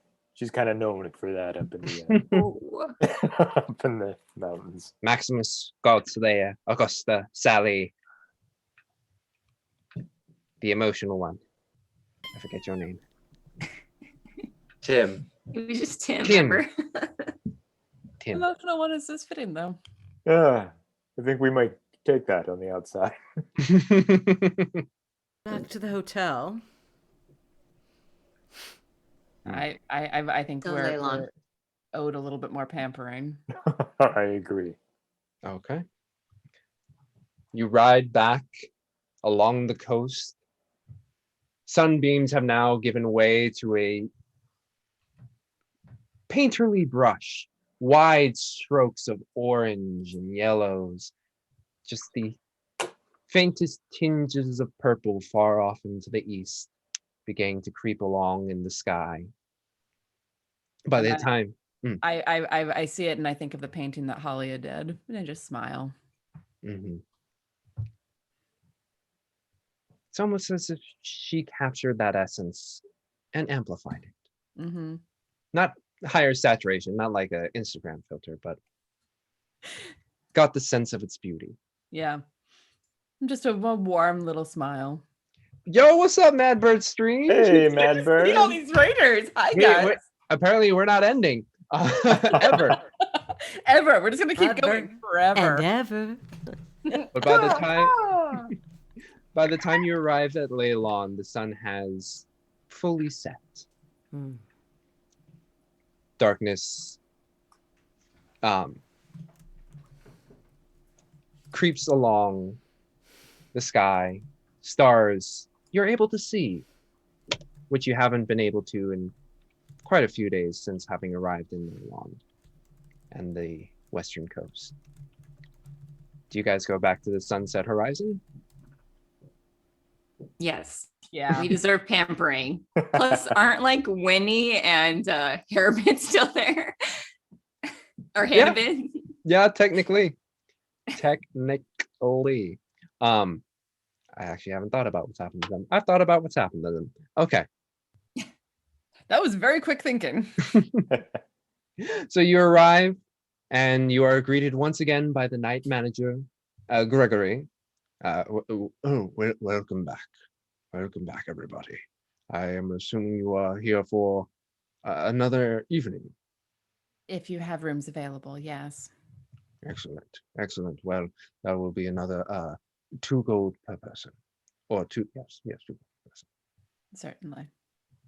So yes, you lay those coins out. Is the division of rooms the same? Yeah, we would request like our same rooms if they were available, just to be Yeah. comfortable. Mm-hmm. They are. We didn't leave our stuff there. I thought we I still. thought we did too. Yeah, I thought we did still- too. Honestly. So you return back to your rooms. Darjan, Tim, and Inkwa to yours. Winley and Isolt's to yours. Mm-hmm. And I'll order a couple of hot stews up and a tray of tea. And when the tea arrives, just like quietly pour it, not saying anything, and then set one down next to Winley. Sit on my bed with my legs, crisscross applesauce, and hold my tea, and then just watch her and wait. And Winley will slowly sip her tea. She's noticed that Isolt is kind of looking at her, and she knows like the conversation she's been trying to put off is probably it's time to have. And she takes another sip and says, "They told me not to tell. They said we'd be in danger if I told, but it looks like danger found me anyway." It has a habit of doing that. I'm not really from the Dalelands. We moved around so much. I don't think I'm from anywhere. I still remember it. Even back then, my dad, he knew how to really charm a crowd. Xanakar's miracle elixir. We had this the stage that could pop out from the wagon we traveled in, and she would be on stage, and my mother, she was so beautiful, and she would help him and kind of be his assistant. And my job at first, I would rustle up the crowd, carry your cough, carry your limp. And but as I got older, I actually was alone on stage with my father. We need to play pretend, he said. So I would pretend like I was sick, or I had a hurt leg, and I would take the elixir and I'd be better. And they said we just had to give people an example, of what the elixir could do. And I must have been good at it, because we did well. And I think it took me a while to realize that the elixir, it wasn't anything really. But some of those people, they were really sick. We took their life savings. We hurt people. I hurt people.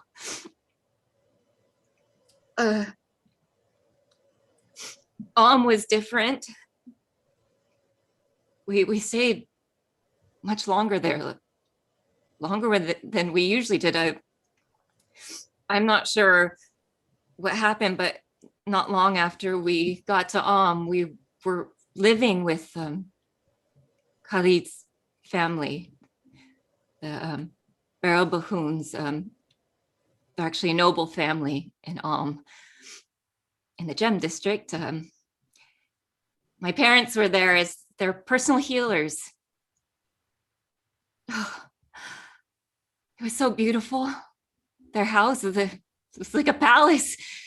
gems sparkling everywhere, and bright, vibrant paints and columns and carvings, and every night there was a feast or a party or a banquet, and my father was there showing off his elixir, and my mother was there in those most beautiful gowns that they gave us, and I had my own room with a real bed, and it was so soft. It felt like what I imagine a cloud feels like, and they just let me run around and explore, and I got lost a few times, but I didn't care because there was just so much to see. And well, that's how I met Khalid. He looked different then, not so handsome. He's kind of awkward and shy, and no matter what he did, he always had some hair sticking up, and he was my first friend. We never stayed anywhere long enough for me to make friends before, and he showed me all his books about stories and gods and places that even I hadn't been, and we used to play make-believe, like we were trudging through the jungles in Cholts or fighting off pirates, and he actually gave me my first kiss. It was only like a half-second peck, and then he was so embarrassed he ran away. But we shouldn't have stayed that long. The longer we stayed, the more my parents had to try to make something that did something. They kept mixing things, and they didn't know what they were doing. And one morning, Khalid's grandmother, I don't know if she drank too much of it or if she was bathing in it or both, but her lips were so purple and her eyes were bulging, and she was gasping for breath, and Khalid was just screaming. They quickly got a mage healer and saved her barely. And I don't know, we were quickly arrested, my parents and me, and we were sentenced to hang. But I think my father must have had a little bit charm left, because a guard and a couple of servants snuck us out, along with some of the riches we had gained during our stay there, and we ran as fast as we could. I think we went a whole week without stopping, and eventually that's how we ended up in the Dalelands, and just lived a quiet life for a while. I wasn't allowed to see anyone. I wasn't allowed to leave, and just try to lay low. Eventually it became clear that they weren't looking for us anymore. I don't know if they thought we were dead, or maybe they just had bigger problems, but it didn't seem like we were so much in danger. But we couldn't go back to what we were doing. Tales of what had happened traveled much farther than and people didn't trust even the simple traveling peddler, let alone a medicine show. And I don't know if the money was eventually running out or if my parents just got bored, but they started healing again. But this time not with elixirs, with divine healing. They said they were channeling Maliki, and the following grew faster than I knew it could. It's a funny thing about religion. Funny what people will believe or gloss over. When elixir doesn't work, they blame the healer, but when divine healing doesn't work, they just didn't believe enough. Eventually I found my niche. unicorn beauty. Just helped with gray hairs or wrinkles or acne, and just little things to help people feel better. When I started having the dreams, it helped, because the unicorn's also a symbol of Maliki. I didn't know at the time it was really LaRue.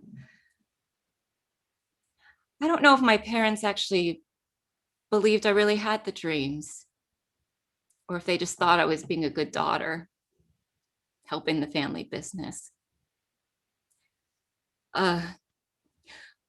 When the real healing started, I didn't know what was going on. I just felt it surge within me, and I didn't know what was happening. My parents were furious. A healed customer is not a returning customer. I think they were happy when I went away. I think they keep sending money, so I'll stay away.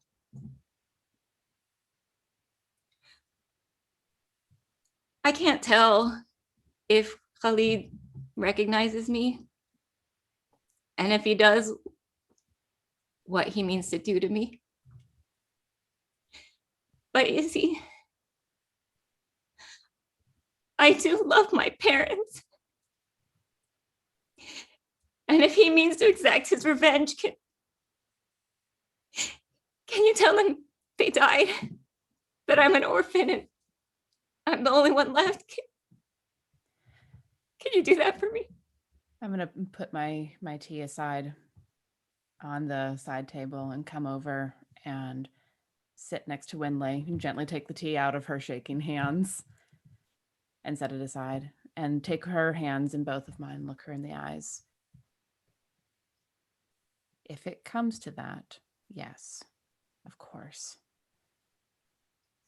Winley, darling, you did nothing wrong. You were a child. I know you love your parents, and love is difficult in that way. They hurt people, and they brought you into it, but you did not do anything wrong. You were living the only life that you knew. How could you know anything different? And you have worked so hard to be better, to help people. I've seen you. I've stood next to you. Watching you grow in the ways of LaRue has been one of the greatest joys of my life.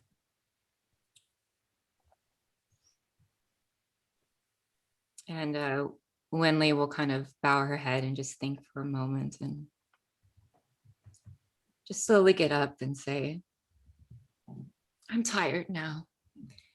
And she will slowly walk into the bathroom and shut the door. And I'll watch her go for a moment and then go and sit on the window ledge, looking up at the moon with my sword across my knees, my hand gently over the pommel, and just look up at the moon and pray quietly for a while, just communing with my goddess and expressing gratitude that she found this child with so much life and gave her another chance. As the moonlight beams through your window, it doesn't provide any warmth like the sun would, but it makes its presence known and is comforting. And that's where we're going to end tonight.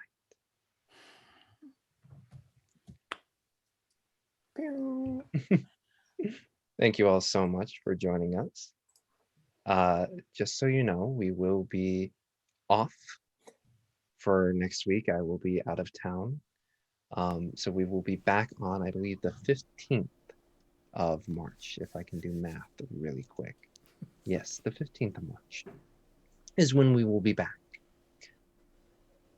But yes, don't forget, we will be playing Freelancer System, Skies Over to Lindia tomorrow and on March 9th, as well as Rime of the Frost Maiden and Down Darker Trails on Saturdays, 1:30 p.m. Pacific Standard Time and 6 p.m. Pacific Standard Time, respectively.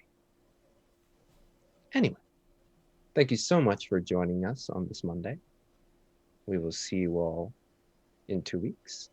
But until then, stay safe, stay healthy, and have a good night.